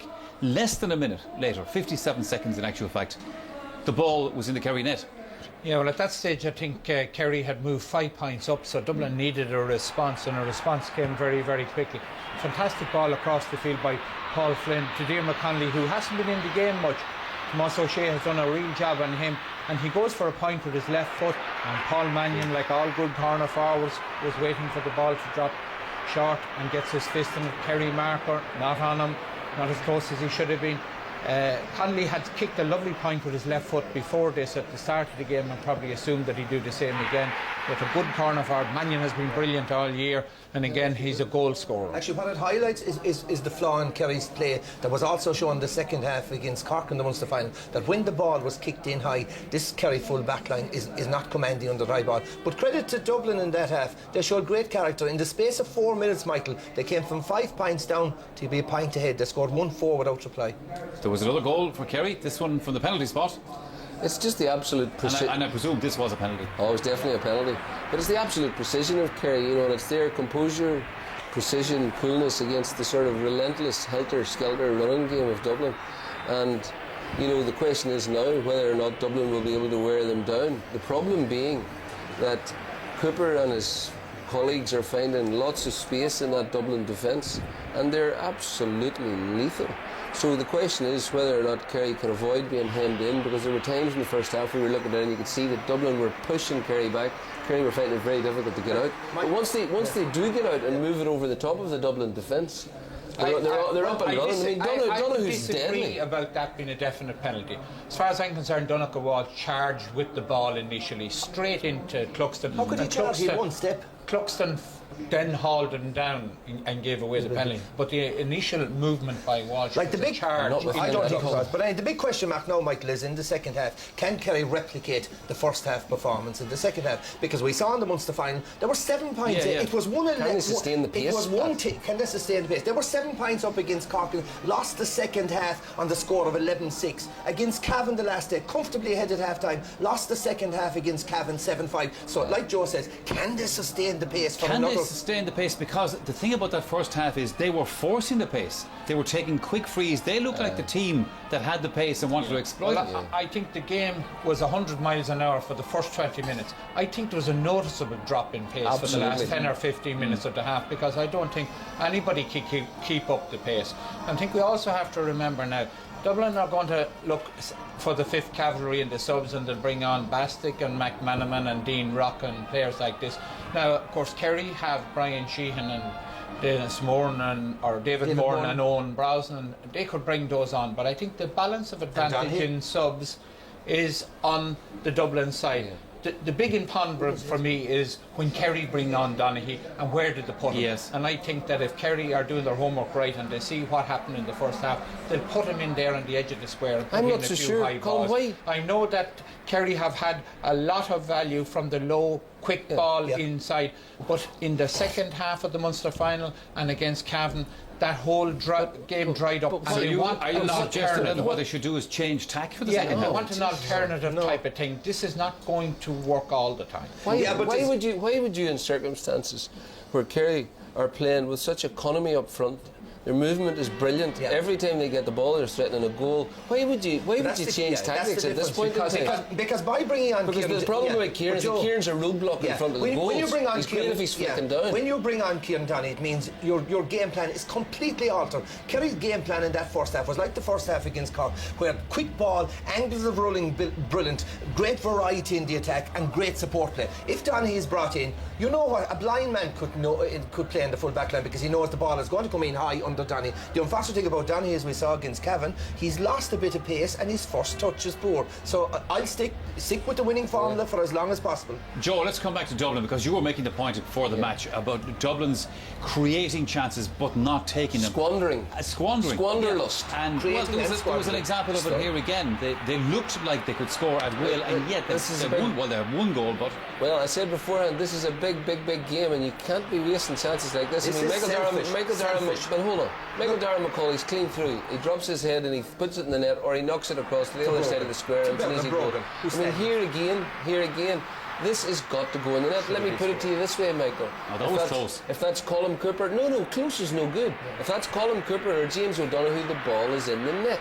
And that's the difference at this level. So against lesser teams, Dublin can overwhelm them, and even though they're missing 80% of their goal chances, they can still win the game. They can't do it at this higher level. Yeah, but it's a huge sort of test for them in the second half. For Dublin, the problem is not scoring. Dublin have scored a goal and 9 points, which is a great score in any game. The problem for Dublin is their defence. It's they're leaking goals, and they all have been showing throughout the championship a big problem in the Dublin defence, and it hasn't been solved. I agree, Colin. And I think that Dublin should be taking off Ger Brennan. If I want to say what's going to be happening, I think he's in big trouble there in the Dublin defence. I think they took off the wrong man. Both teams back. Attendance of 81,553 here today, by the way. Now, after today's semi-final, watch out for a great competition here on the programme, a chance for you to win a brand new car, and you could drive yourself in style to this year's All-Ireland final. But who will it be? Let's find out with Darragh Maloney and Kevin McStay. Michael, thank you. Well, we are looking at Dennis Bastick wearing number 17 coming out for Dublin for the start of the second half, and Cian O'Sullivan has gone to centre back to mark Colin Cooper, which means that Ger Brennan has been taken off the Dublin team for the second half. The last time Kerry scored 3 goals against Dublin in a championship match was the 1979 All-Ireland final. That attendance, 81,553. I want to know where the other 47 people are. It has been brilliant football and all to play for, with Kerry leading by 2 as the second half begins. 15 of the 18 scores we've had so far in this All-Ireland semi-final have been from play. Pressure on the Dublin full-back line already. There was a push free to Dublin. Michael Darragh McCauley, Jack McCaffrey and Paul Flynn. Route 1 in towards Bernard Brogan. Good hand from Mark O'Shea in there. The ball squirts loose on O'Shea, just pulling on it. James McCarthy is pushed up from right half back to join the attackers. Paddy Andrews. McCarthy was booked in the first half, and that was a poor pass into a pretty congested area of the field. Kerry get the ball into space. Donncha Walsh. It's Mark Griffin. Caught by Dermot Connolly. He's gone down, touching his right shoulder. He's lucky he caught him in the chest or that area, because if he gets that any higher, that is real damage. And so you're looking at yellow card country here for a bit of rough play. Cormac Riley took his time, but it is yellow for Connolly. Took his time before revealing the card. Third Dublin player to be booked.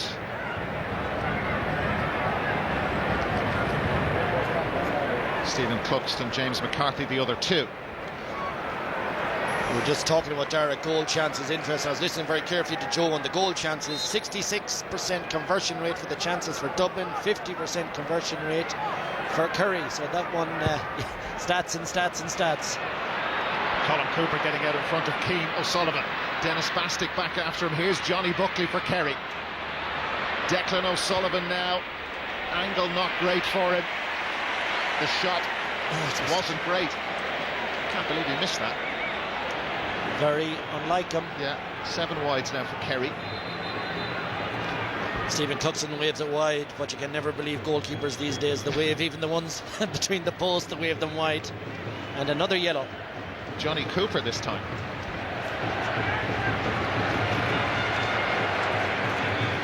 For something off the ball. Look how hard they're working on the Cluxton kick-out, giving them very few options. And there's the turnover. Yeah, it was for Paul Flynn, yard or two away. Here's Anthony Marr for Kerry, looking for the first score of the second half. Here's Declan O'Sullivan, Darren O'Sullivan, I beg your pardon. Now it's James O'Donoghue, no, it's Crowley, and now it's Paul Galvin, and Galvin slots that over. After Declan O'Sullivan's miss, Paul Galvin for Kerry. They lead by 3. First score of the second half.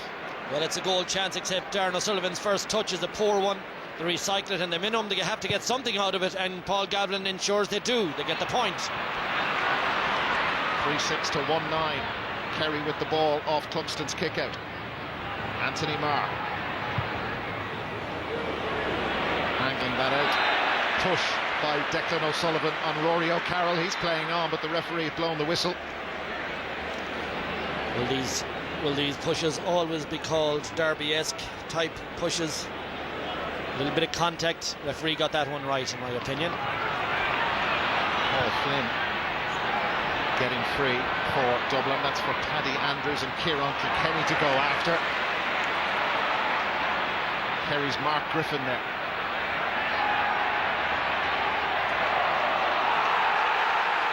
I think that's a Dublin ball.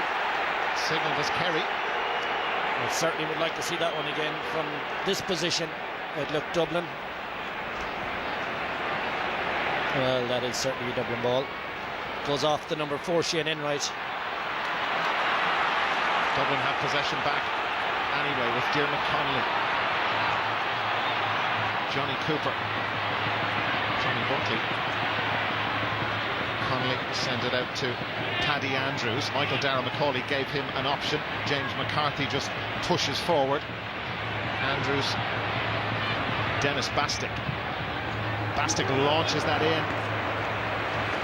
Not a good decision. Easy catch for Brendan Keeley, the Kerry goalkeeper. Look where James O'Donoghue is. Mark O'Shea. Shane Enright. And Fionn Fitzgerald. Enright. Michael Walsh claims that was touched on the ground by the Kerry wing forward. Clever little hand pass. That's off the ground. So that was picked up by Peter Crowley. Paul Mannion. Bernard Brogan. scored 3 points in the first half. 2 of them were from play. Kieran Kilkenny. Dennis Bastic couldn't hold back. Kieran Kilkenny back on it. Now Bernard Brogan with the snapshot, kicking into Hill 16, nailed it. Very fine point from Bernard Brogan. The signs are there, he's just bubbling. 2 between them. Kerry lead 3-6 to 110. Well, he's tidied it up neatly. First a poor pass by Kieran Kilkenny, then excellent work by Dennis Bastic in the physical stakes, and then Bernard tidies it all up, as you said, with that lovely snapshot right between the posts. And Sean Fitzgerald, Kerry taking a lot out of it. Brendan Keeley, Mark O'Shea.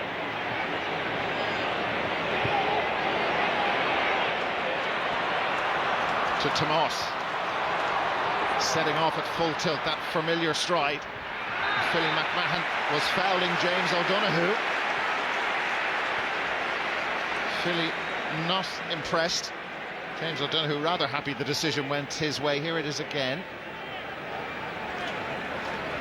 Well, I've seen those ones being let go on, but for dissent, now it's a very easy one, isn't it? It is for Colm Cooper.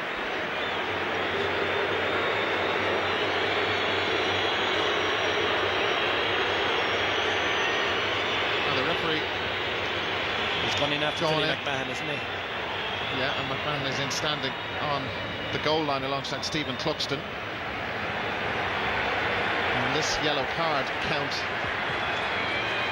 is mounting, so a yellow for Philly McMahon.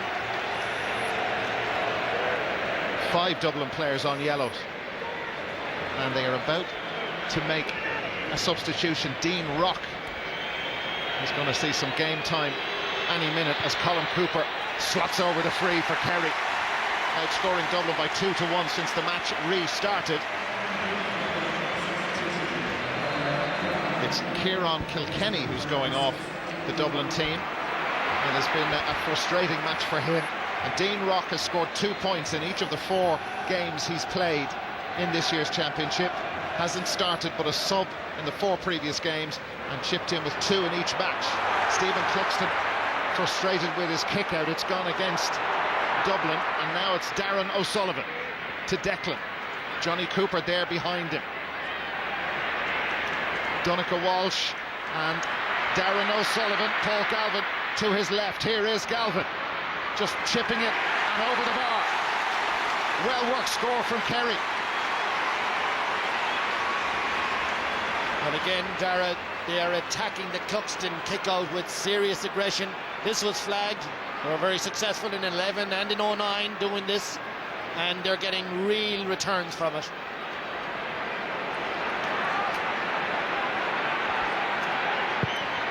Well, right down the middle from Stephen Cluxton, and he's found his man, Diarmuid Connolly. Kerry with a healthy lead. Dublin with just 1 point since the match restarted. Paddy Andrews, Bernard Brogan and Paul Mannion screaming for the ball particularly, and it goes up to Mannion with Shane Enright behind him. Will want it on his left boot, and help from McCaffrey. Mannion still going.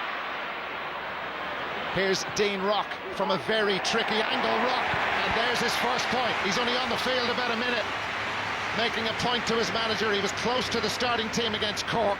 This wasn't easy. Fine score. Well, that is a great score. Serious accuracy involved there. There was a clamour for his name on the starting 15 all week. Didn't make it, and now he has something to prove, and that's a great start.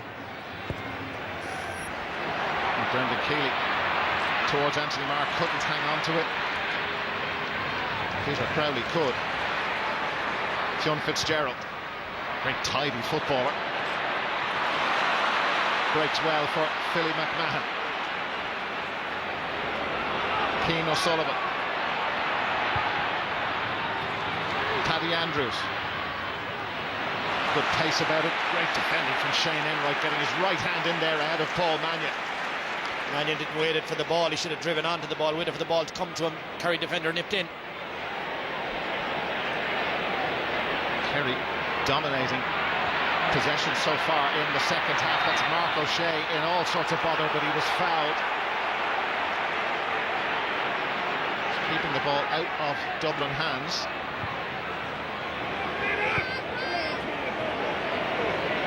John Fitzgerald plays his club football with Dr. Croat. Declan O'Sullivan. Tomas O'Shea. Colin Cooper to his left. In front of him is Darren O'Sullivan. Now in possession, nobody on the 20-metre line. O'Sullivan very good in these tight areas, and Darren O'Sullivan has got through. O'Sullivan goes with the fist. Just wide. That could be a big wide, because as you know, it's a 3-point game. If he gets a minimum of a point out of this, and he nearly does, ends up a wide. Now a different kick-out strategy. Dermot Connolly running onto it at pace. Open road in front. Rock to his right. Dermot Connolly taking it into the tackle. Bernard Brogan now. Brogan. Easy save for Brendan Keeley. Dean Rock was screaming for the ball to be played to him, and Dermot Connolly held on to it and went himself, and they get no score out of the attack. Well, you summarised that one absolutely perfectly. Should have moved the ball, but didn't. Dean Rock was brave. Here's Michael Dara McCauley. Goes past the first challenge of Griffin. McCauley needs some help. He's got a free in, has he? Yes, he has, on the 13-metre line.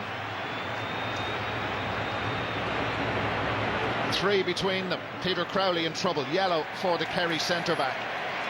It must be said, Dara, in the last few minutes, a few balls where Kerry defenders had to stretch. They were looking well tired to me. Tomas O'Shea was trying to catch up with Jeremy Connie that time. No chance of it. And Bernard Brogan sends that over and brings them back to within 2.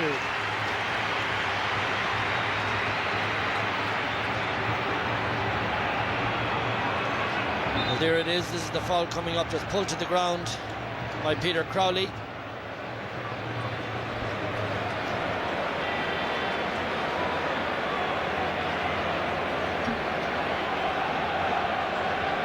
Mark Griffin has an issue. We're going to have to bring on a blood sub for the Kerry fullback. And the first time in a while that the Dublin fans have been heard singing at that volume. It's Owen Brosnan. Owen Brosnan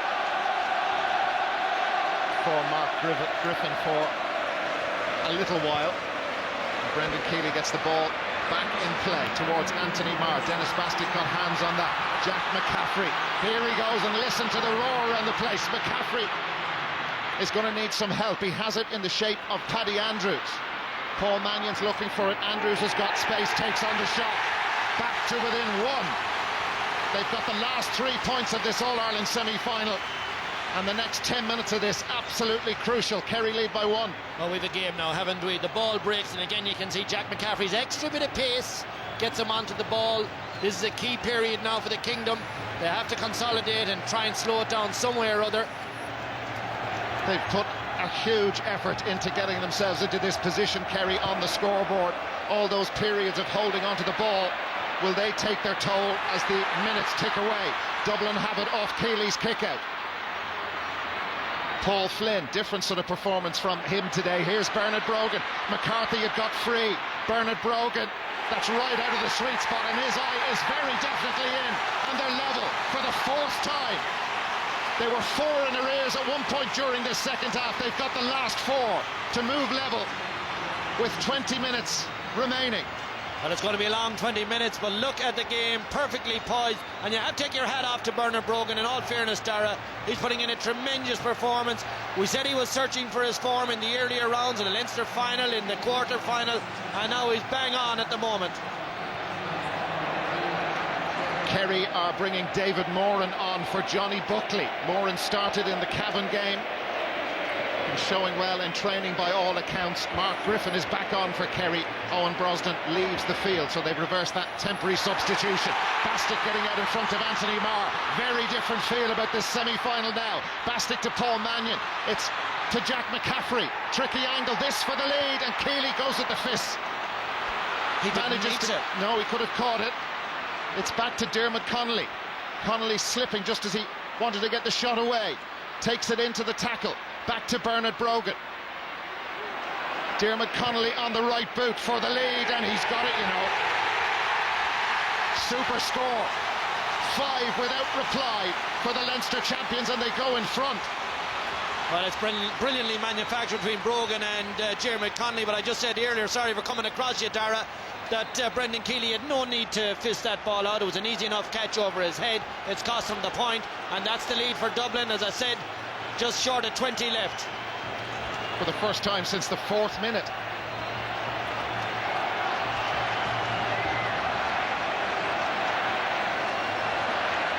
Oh, what a game. This is sensational stuff, end to end. The scoring activity in the last 6 minutes, that's the time it's taken them to score those 5 points. Has been all down at the Hill 16 end, but here come Kerry, Colin Cooper launching that in to test out the full back line. Cluxton has gone out, had to win that and had to put it out of play. Did he need to come out there in the first place? But once he got out, he had to make contact with the ball. Line ball, Kerry. And here's the Kerry change, and they now are bringing Owen Brosnan in permanently, and it's Shane Enright who's going off. 19 for 4. Fionn Fitzgerald has gone back into the Kerry full back line. Brosnan will play in the Kerry half back line. And in that last ball that went on, it has to be said that David Moran was the man that came up with a good substitution, a bit of energy, a bit of movement, a bit more mobility into the middle 8 for the Kerry guys. The star will be in shortly with a big point to prove to his manager, and a big part to play, you feel, in the remaining minutes of this All-Ireland semi-final. Dermot Connolly, James McCarthy, Dean Rock for Bernard Brogan. He's isolated with Mark O'Shea. Brogan, O'Shea holding him up fairly, and they've figured out that problem. Fionn Fitzgerald, quick thinking from Fitzgerald, back to Brendan Keeley. Referee calls a halt. Dublin man down injured. A bit of stuff off the ball as well, but that has calmed down. And now is the moment for Kieran Donaghy to replace Paul Galvin.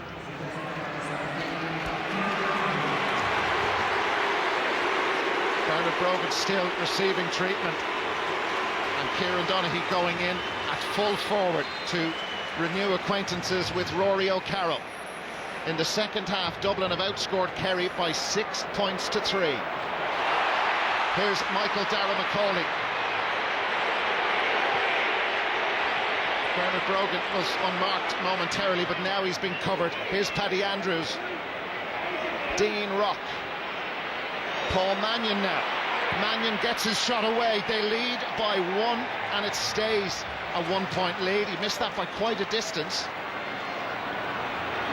6th wide, first of the second half for Dublin. They have been ruthless in front of goal, and that is a breakdown in Kerry's kick-out strategy as they head towards 11 minutes since their last score. Dublin 6 without reply in that time. Oh, big call. Mannion penalised for playing it on the ground. Yeah, absolutely. But I must say, the honesty with which all the players are going for the ball, it is absolutely terrific stuff. Every ball is a battle. Everyone is giving it their full attention, full honesty going for it. And if the frees go against you, they just get up and get on. Tomas O'Shea, Fionn Fitzgerald was caught a fraction late as he played that ball out. David Moran took his eyes off that. Here's Donica Walsh. Michael Darren McCauley with him, tried the tackle, it didn't work. Jack McCaffrey there as well. Here's Darren O'Sullivan, those dancing feet, and they've thrown the ball away in towards Donaghy. James O'Donoghue now, surrounded by 4 Dublin players. Ball squirts out the back. Here's the Gooch, and he's been brought down, and Johnny Cooper is on a yellow card, remember, and Cooper, well, one Cooper fell the other. Well, if it was Cooper, he's got lucky, because Cormac Riley hasn't spotted it. I wasn't 100% it was Cooper. You've a very keen eye, Dara. But the action was flying. The ball breaks out. Oh, indeed it was. Yeah. Well spotted. Well, that's double yellow, and he should be gone. He's very, very lucky. And Colin Cooper is down receiving treatment. But we've had a catalogue of huge moments in this game. That's another one. Yeah. And in the full debate of what we've had in recent weeks, it's only fair to say that that is in the very cynical category too. You know, we went after Sean Kavanagh to a certain degree when he hauled down a man. The Gooch is on the chip lift there. He's clean through for a goal. And Cooper puts out his foot. And not only that, to add insult to injury from the Kerry perspective, he doesn't get the yellow, he stays on the field.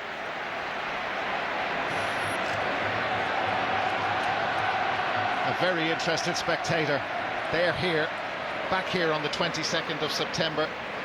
The Mayo manager James Horan, what will he and what does he make of all of this? He's enjoying it. Teams have been level 4 times, and they're taking great care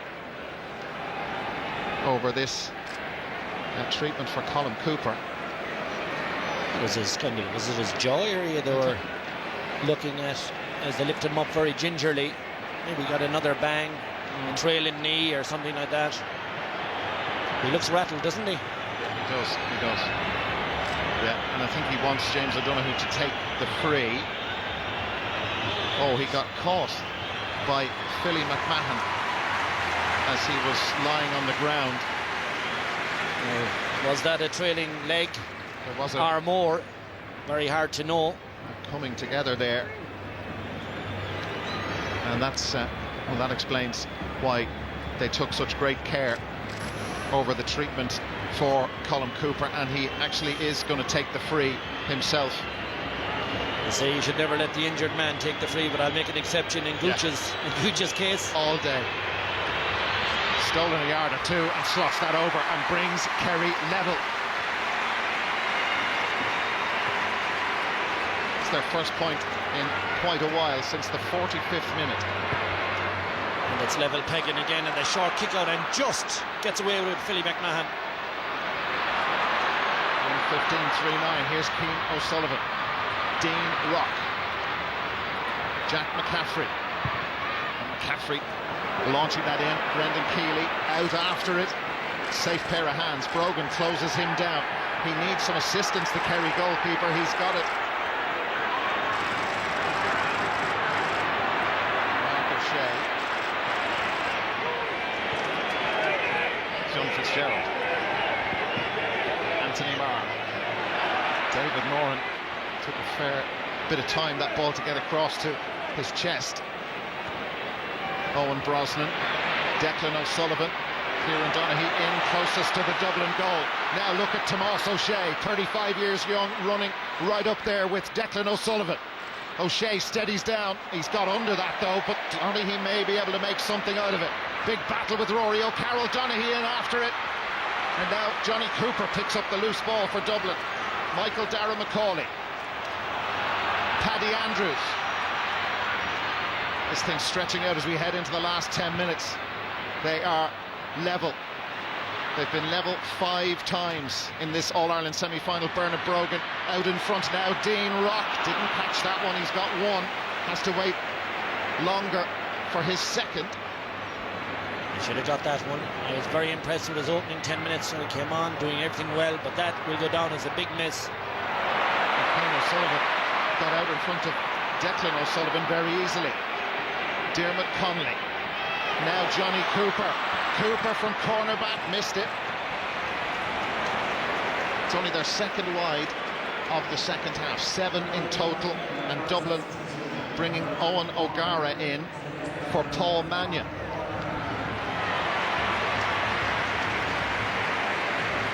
Well, we certainly, from a Dublin perspective, wouldn't have wanted Johnny Cooper shooting. I don't know what his stats are for the championship. I was concentrating on the attackers, but he approached that and kicked it very much like a cornerback, and a big miss. Hadn't scored. Still hasn't. Paddy Andrews. Owen O'Gara. Dean Rock is up there with him. Rock on his right foot this time. Over it goes. Dublin back in front, heading into the final 10 minutes of the second All-Ireland semi-final. Well played by O'Gara. Well, Rock is just brilliant at these. He puts them up over his left shoulder, like they're against his good foot. He's on a Kithoak side, and he's just swinging them over like the posts are 20 metres wide. He continues his run of 2 points per appearance in this year's championship. That's a Dublin line ball. They look pretty calm at the moment, Jim Gavin and his selectors. Oh, he's got away with that. They're going to let him have another go, but Paul Flynn sliced it so badly. He may have broken the line. This is a big moment. Going to throw the ball in. Cormac Riley. That's what's happened. For the sideline infringement. Aidan O'Mahony is warming up for Kerry. Owen Brosnan. Donaghy's coming out towards it. Philly McMahon fisting that out to Dennis Bastick. Could have got anywhere. Keane O'Sullivan. Dublin have a 1-point lead. This match has had absolutely everything, including poor passes from Keane O'Sullivan. Donaghy out around midfield now. David Moran for Colin Cooper in the Kerry full forward line. Runners arriving. James O'Donoghue.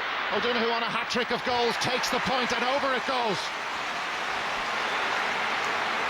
To bring them level yet again. 6th time. I must say I'd have a problem with Keane O'Sullivan's turnover. Looked to me like his hand was held back. The point came off that. Keane O'Sullivan was trying to execute a simple hand pass, and his holding hand was pulled from under him. Mark Griffin being replaced, as you saw, by Aidan O'Mahony. Another experienced man, very experienced man that Eamon Fitzmaurice can bring in. Where's the kick out going? Dennis Bastick is the answer, but Kerry have got it back. Declan O'Sullivan skips away from the challenge. Colin Cooper.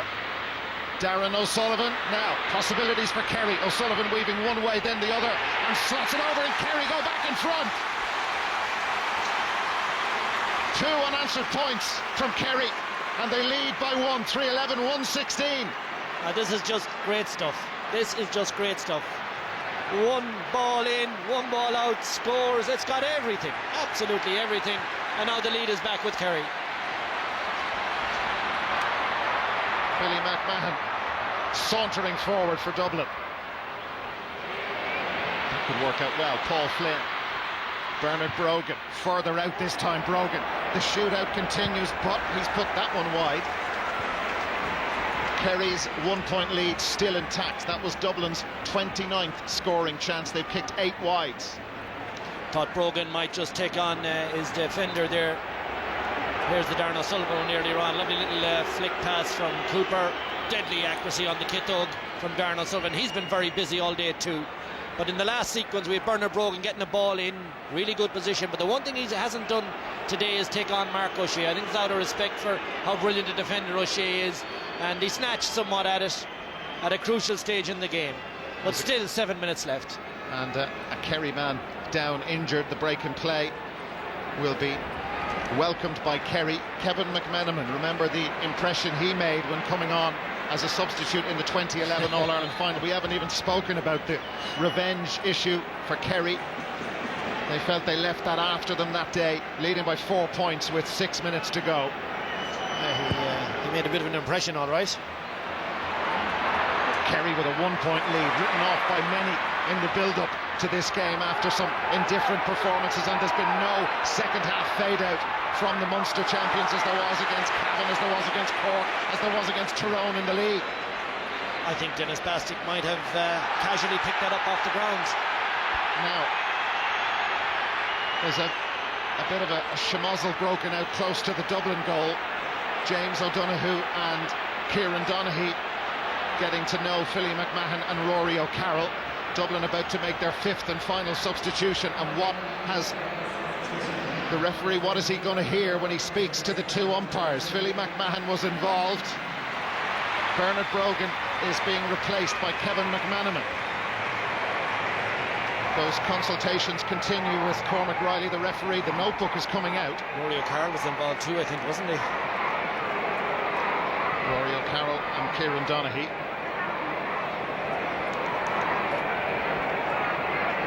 A yellow each. Yeah.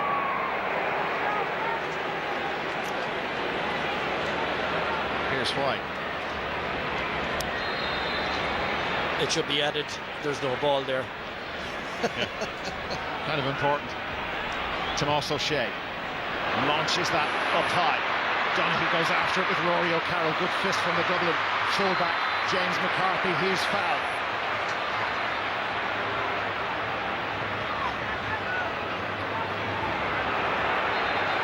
Dublin haven't scored at 5 minutes. Kerry have got the last 2. They're going to make their final change. Jack Sherwood, 21 he wears, and he replaces Peter Crowley. Sherwood's championship debut. Played in the league. What a stage for him to come into. And Croke Park at this late stage. Here's Kevin McManaman, that familiar running style. He has to go back from Sherwood. McManaman on his left boot, and he's missed it, and missed it by quite a distance. 2 successive wides from Dublin, one from Bernard Brogan, who's no longer on the field. There's the man who replaced him, Kevin McManaman. 9 wides in total. Kerry still lead by 1. And those few substitutions and the yellow cards, the clock has been ticking away all this while, and we've just over 3.5 minutes left, and this is going to make it very, very tense and very, very tight for the grand finish. 1977, the last time Dublin managed successive wins over Kerry in the championship. Dennis Bastick with possession for Dublin. Paddy Andrews having to go wide, and Paddy Andrews dragged back. The referee gives the free. Now there's no Bernard Brogan on the field to take the free.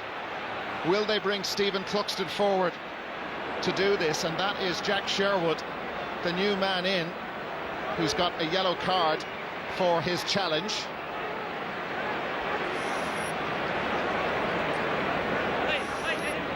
Cluxton is going forward. Dermot Connolly has the ball in his hands at the moment. The Dublin supporters here in Croke Park cannot look. Connolly wants to take it. Cluxton out of picture, is now on halfway. Dermot Connolly happy that he wants to take the free. And it's his weaker foot. On his weaker left boot. Connolly. Oh, that's terrific. Put it over. That's a huge kick from Dermot Connolly. Level a 7th time. 20 points apiece. 3-11, 1-17. It's just stunning stuff.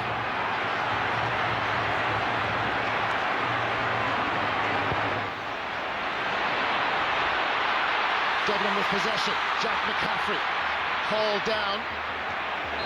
What about Cluxton now, Dara? Oh no! The referee has reversed the decision. Dublin had a free. Jack McCaffrey. But don't know why the reversal. Did he say play on and he stood up? Maybe. And he overcarried? Yeah, maybe he didn't give a free the first time. Something to clarify afterwards. Here's Declan O'Sullivan, the sides level in this incredible All-Ireland football semi-final. James O'Donoghue had an incredible first half. O'Donoghue, angle tricky. Bastick got a hand in. Here's Kieran Donaghy.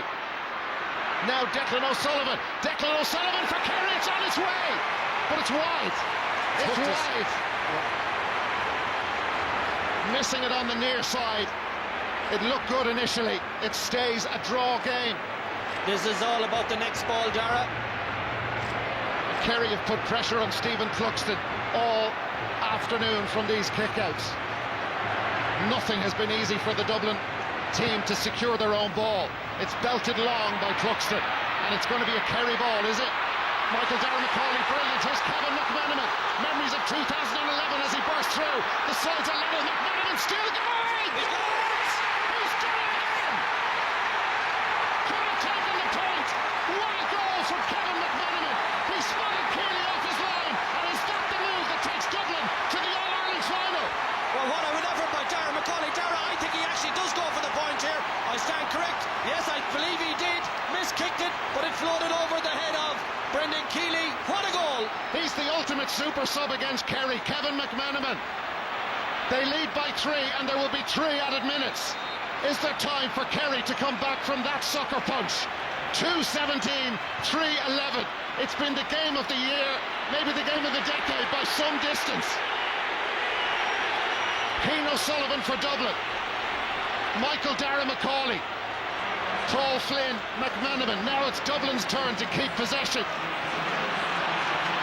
They were on the ropes during the first half. Kerry hit them so hard. Here's Dermot Connolly.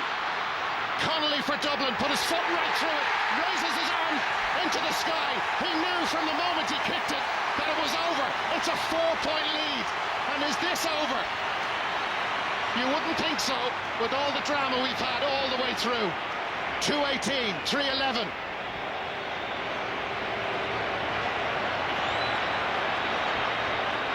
Owen Brosnan. Donaghy's in, looking after that. That's Paul Flynn, operating as, well, almost another fullback. Stephen Cluxton. And Cluxton wants to play football. And he's been caught by Anthony Marr. It goes down, crushing his face. Paul Flynn has gone in to play as goalkeeper. Dennis Bastick punching the ball and firing it up into space. Fionn Fitzgerald. Brendan Keeley on his own 45-metre line. 3 minutes of added time, 2 left. Mark O'Shea. These guys, some of the greats of Gaelic football, have given it the whole lot. Here's Darren O'Sullivan, and that's in for Kieran Donaghy. O'Carroll there with it. Dublin's defence breached 3 times, not a fourth.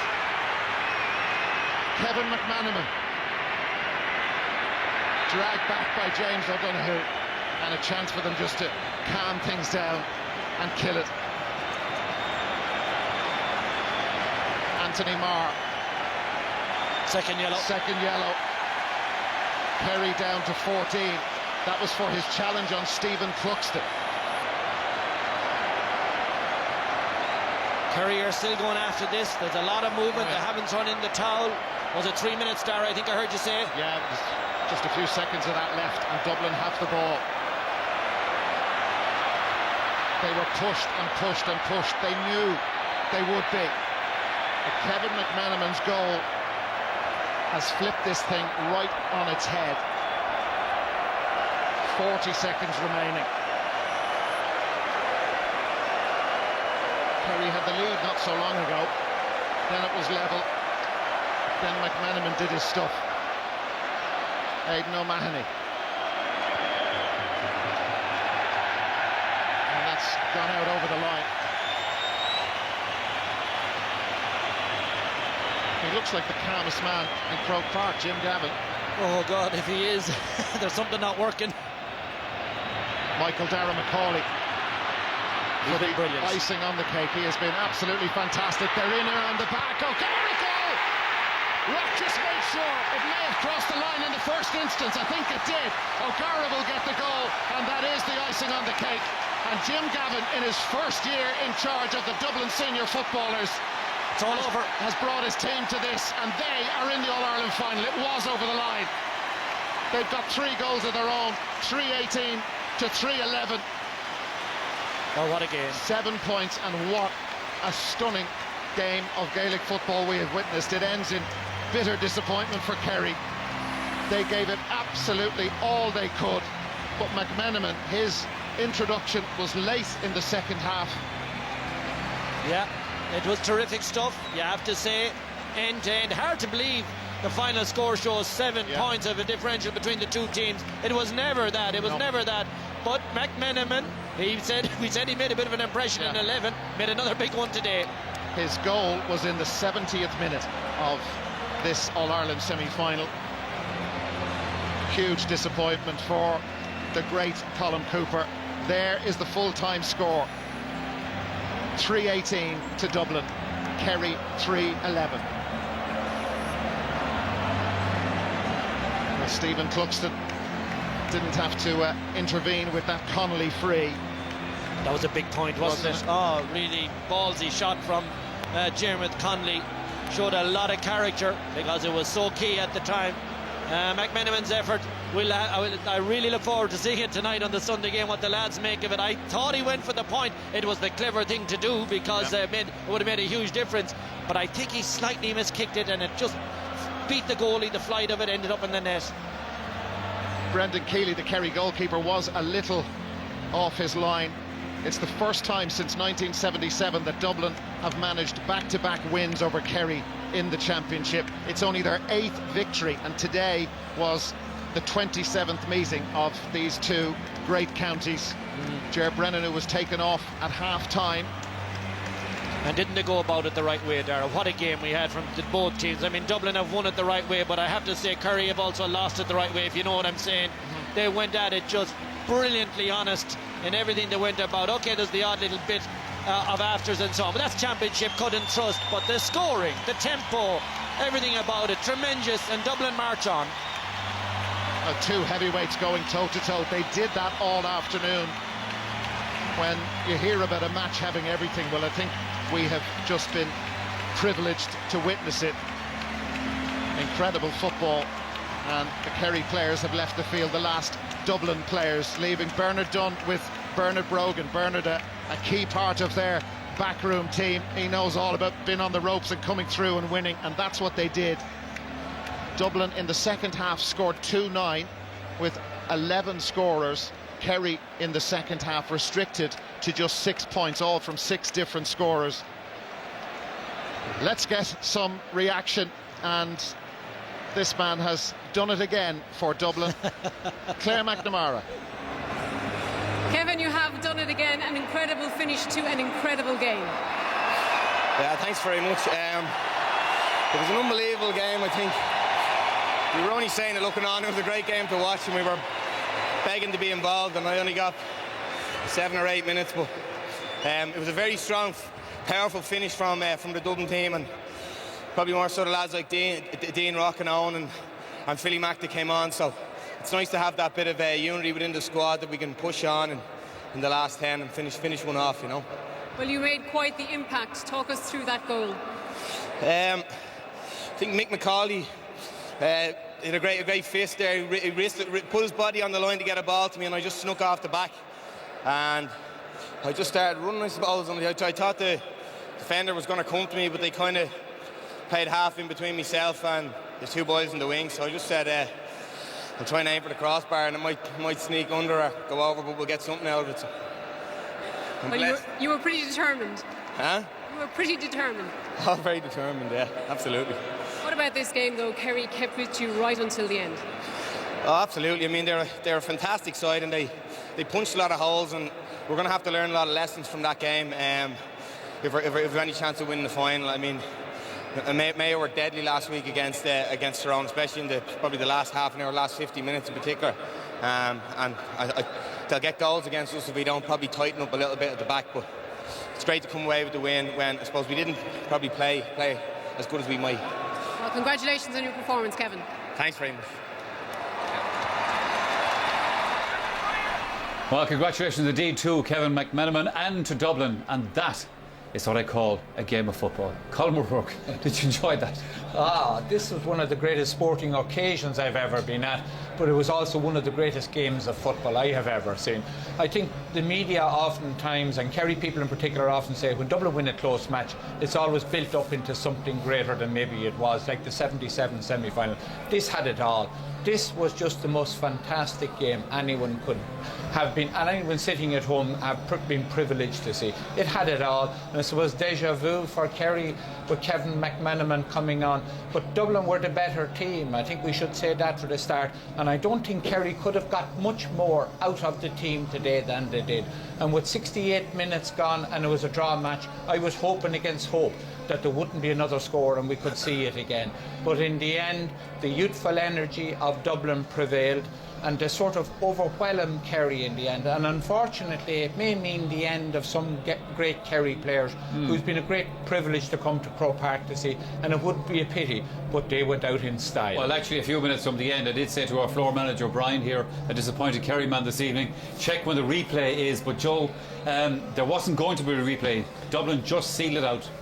The game in the end is about glory. You know, that's a glorious victory, a victory with honour by the Dubs, playing the game the right way, living and dying by their man-to-man strategy, you know, playing a beautiful brand of football and playing with tremendous enthusiasm. And, you know, the message should go out from here.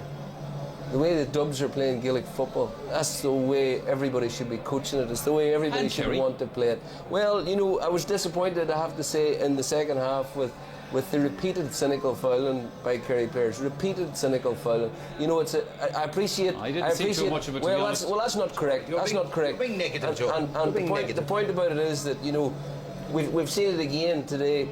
the sooner the new rule comes in, and the better that men are being sent off. But you'd have to say the courage of Jim Gavin to stick with his convictions at half-time, the way they played in the second half.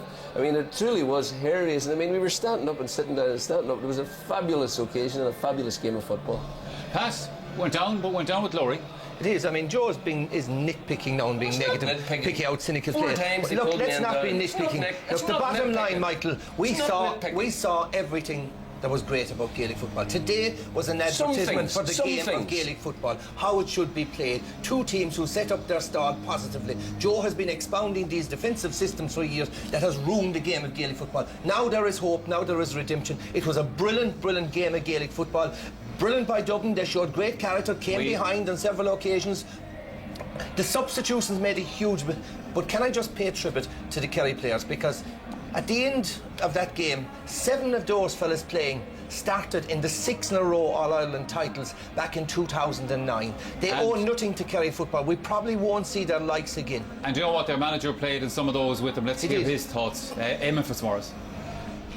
Eamon, quite a wonderful game, but I don't suppose that's much consolation to you right now, is it? It's not clear, no, it wasn't. We came up to win today and we just came up just short, so look, we're bitterly disappointed. What can we say? We're going down the country empty-handed, simple as that. It was quite an electric start, those 3 goals. You looked really, really up for this challenge. We were up for the challenge. We've been written off pretty much for a lot of the summer, and we wanted to answer, a lot of people today, and most of all we just wanted to play for ourselves and play for the group, and we nearly got there, but just not quite enough in the end. You came in very much as underdogs. I suppose many people not wondering quite what to expect from you, but it was certainly some performance. I mean, with 5 minutes left, you had your noses in front. Yeah, it was. The game panned out the way we expected it to pan out. We expected we would get goal chances. The way Dublin played, they do leave themselves open at the back. We felt that we had the forwards to punish that, and that's the way it played out in the first half. But look, they're a serious team. We knew that. They were favourites for a reason today, and that same man again broke our hearts 2 years ago, got the goal again today, and he just, it was the difference between the sides. And I suppose in terms of today, you took some risks as well in your selection. There was a couple of young defenders, I suppose, especially in there with the O'Sheas. There was, but maybe that point has been missed over the summer. We've a lot of good young lads in the squad as well, and we trust them. We trust every fella that was tagged off there for us today to do a job, and that experience that those lads got playing in front of a full house against Dublin, you can't buy that kind of stuff. And I suppose you broke the pattern of the last couple of games as well, in that you stayed in the game strongly right until the end. We did, yeah. There was different explanations in the different games for that, but we were confident that we'd be there at the end today, as we were. But we didn't close the deal out, so like I said, it's not much consolation that we were there at the end. I'd prefer to have had a bit of a fade out and won the game, and that's the way it goes. You have many very experienced and very decorated players in that team and in this squad. Do you feel that that's maybe the last we'll see of some of them? I don't know. That's a personal decision for the lads. Today is not a day for thinking about things like that. They've been some of the best players that have ever played the game, never mind played for Kerry. So the lads have a chill now and think about it. Their dedication and example to the younger players this year was absolutely phenomenal. We couldn't have asked for more of them. So today is not a day to be making decisions like that. Okay, thank you very much, Eamon. Okay, Claire. Gracious Kerry manager Eamon Fitzmaurice. Congratulations though to Dublin on reaching this year's All-Ireland football final. We will have more reaction and analysis when we come back from the break, but before that it is competition time here on the programme. Now, how do you fancy winning a new car and some cash in hand? Well, that is our big competition, and here are the details. We've teamed up with Opel Ireland, official car partner of the GAA and GPA and proud sponsor of the All-Star Awards, to give you the chance to win a brand new German precision-built 132 Opel Astra. You can choose between the Astra GTC Sport or the Astra 5-door hatchback, both worth over €20,000. Plus there's €1,000 spending money too. For your chance to win a brand new car, answer this. Which of these counties is commonly referred to as the Kingdom? Is it Mayo, Kerry or Tyrone? To enter, call 15 16 71 71 74 or text the word football followed by your answer and name to 57001. Viewers in the north can also text to 57001 or call the number on screen. You must be over 18 to enter. Lines will close at midday on Friday, September 6th. More details on RTE Airtel page 194, where the lucky winner will also be announced. Okay, thank you very much, Eamon. Okay, Claire.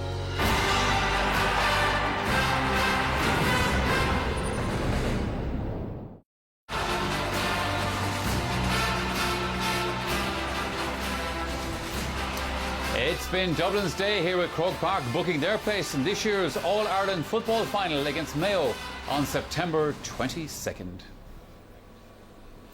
All right, lads, let's have a look at some aspects of this game. And Jeannie Mac, there was so much to talk about. But Colm, in the second half, when Kerry were 4 points up, and I actually thought at that stage they were going to stretch on and win this game, they have enough of a little gap, even if the pace was going to go. But there was an important moment when Darren O'Sullivan missed a chance, and then Dublin tacked on a heap of points after that. Yeah, Dublin came with a run of 5 points in a row after that.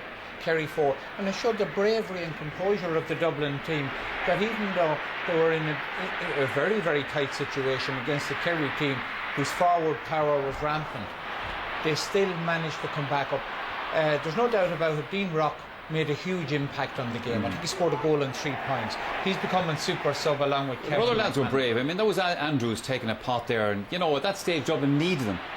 Absolutely, and Bernard Brogan today, probably for the first time against Mark O'Shea, I think he got 4 or 5 points from play, and he got 2 very important ones when Dublin needed them most.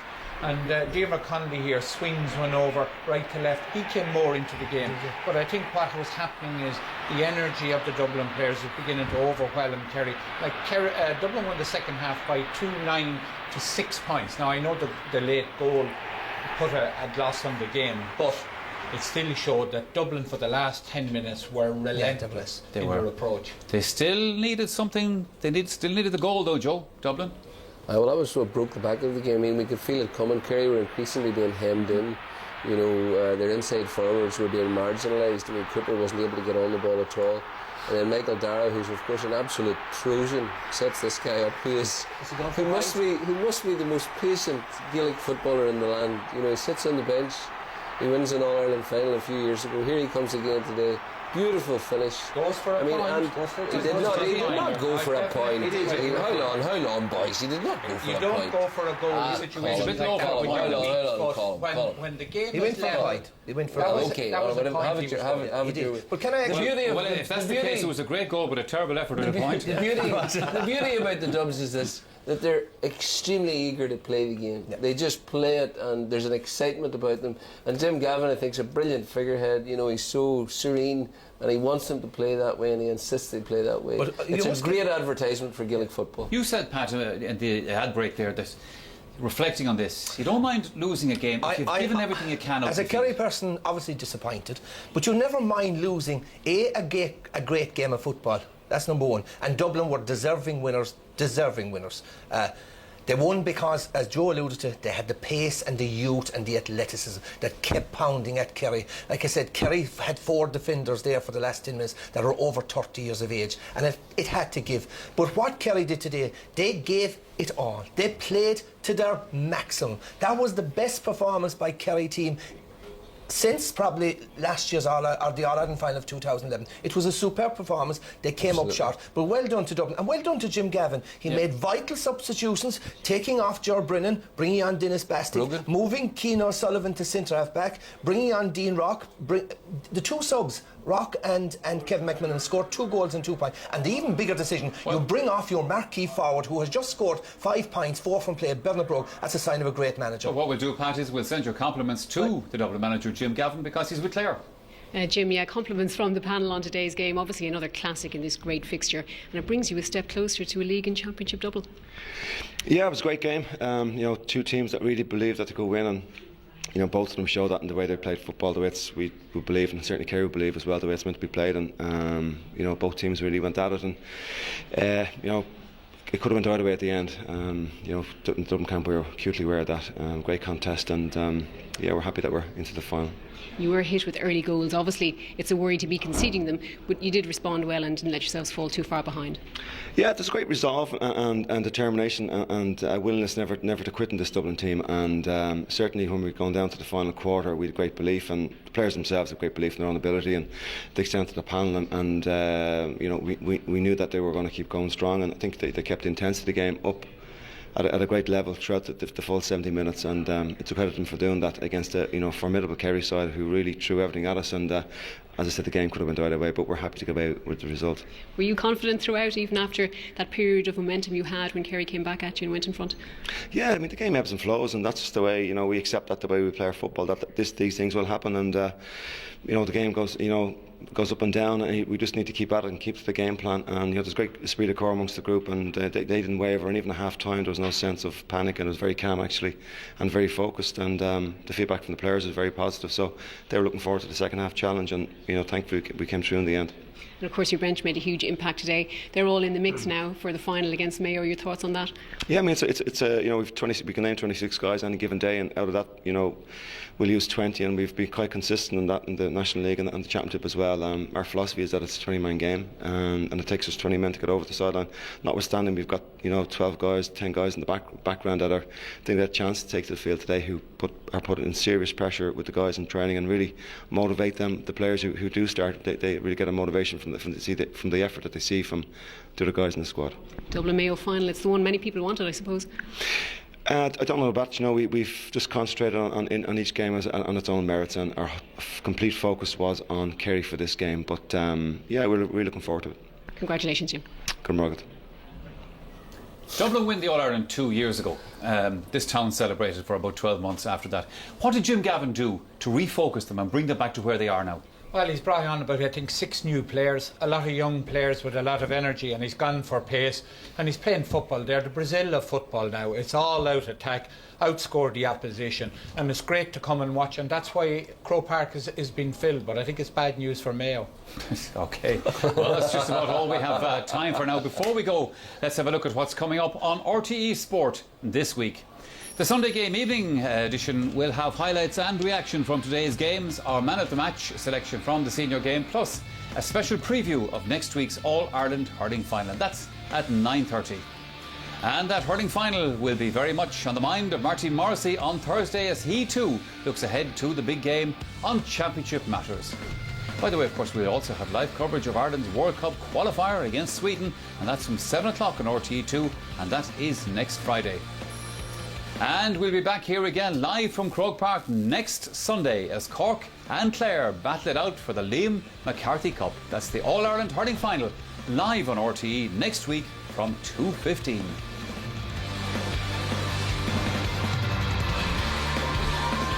But today it's been Championship meeting number 27 between Dublin and Kerry. Dublin have now won the last 2 big ones, but more importantly, they've booked a meeting with Mayo in this year's final. My thanks too to Joe, Pat, and of course to Colin for their company today. We will see them in a couple of weeks' time, but next Sunday it is the big one in hurling, the Banner versus the Rebels. Do join us. Catch me if you can, catch me if you can. I just got my head down and I'm a little bit scared tonight. I need to run just far enough so I can smile.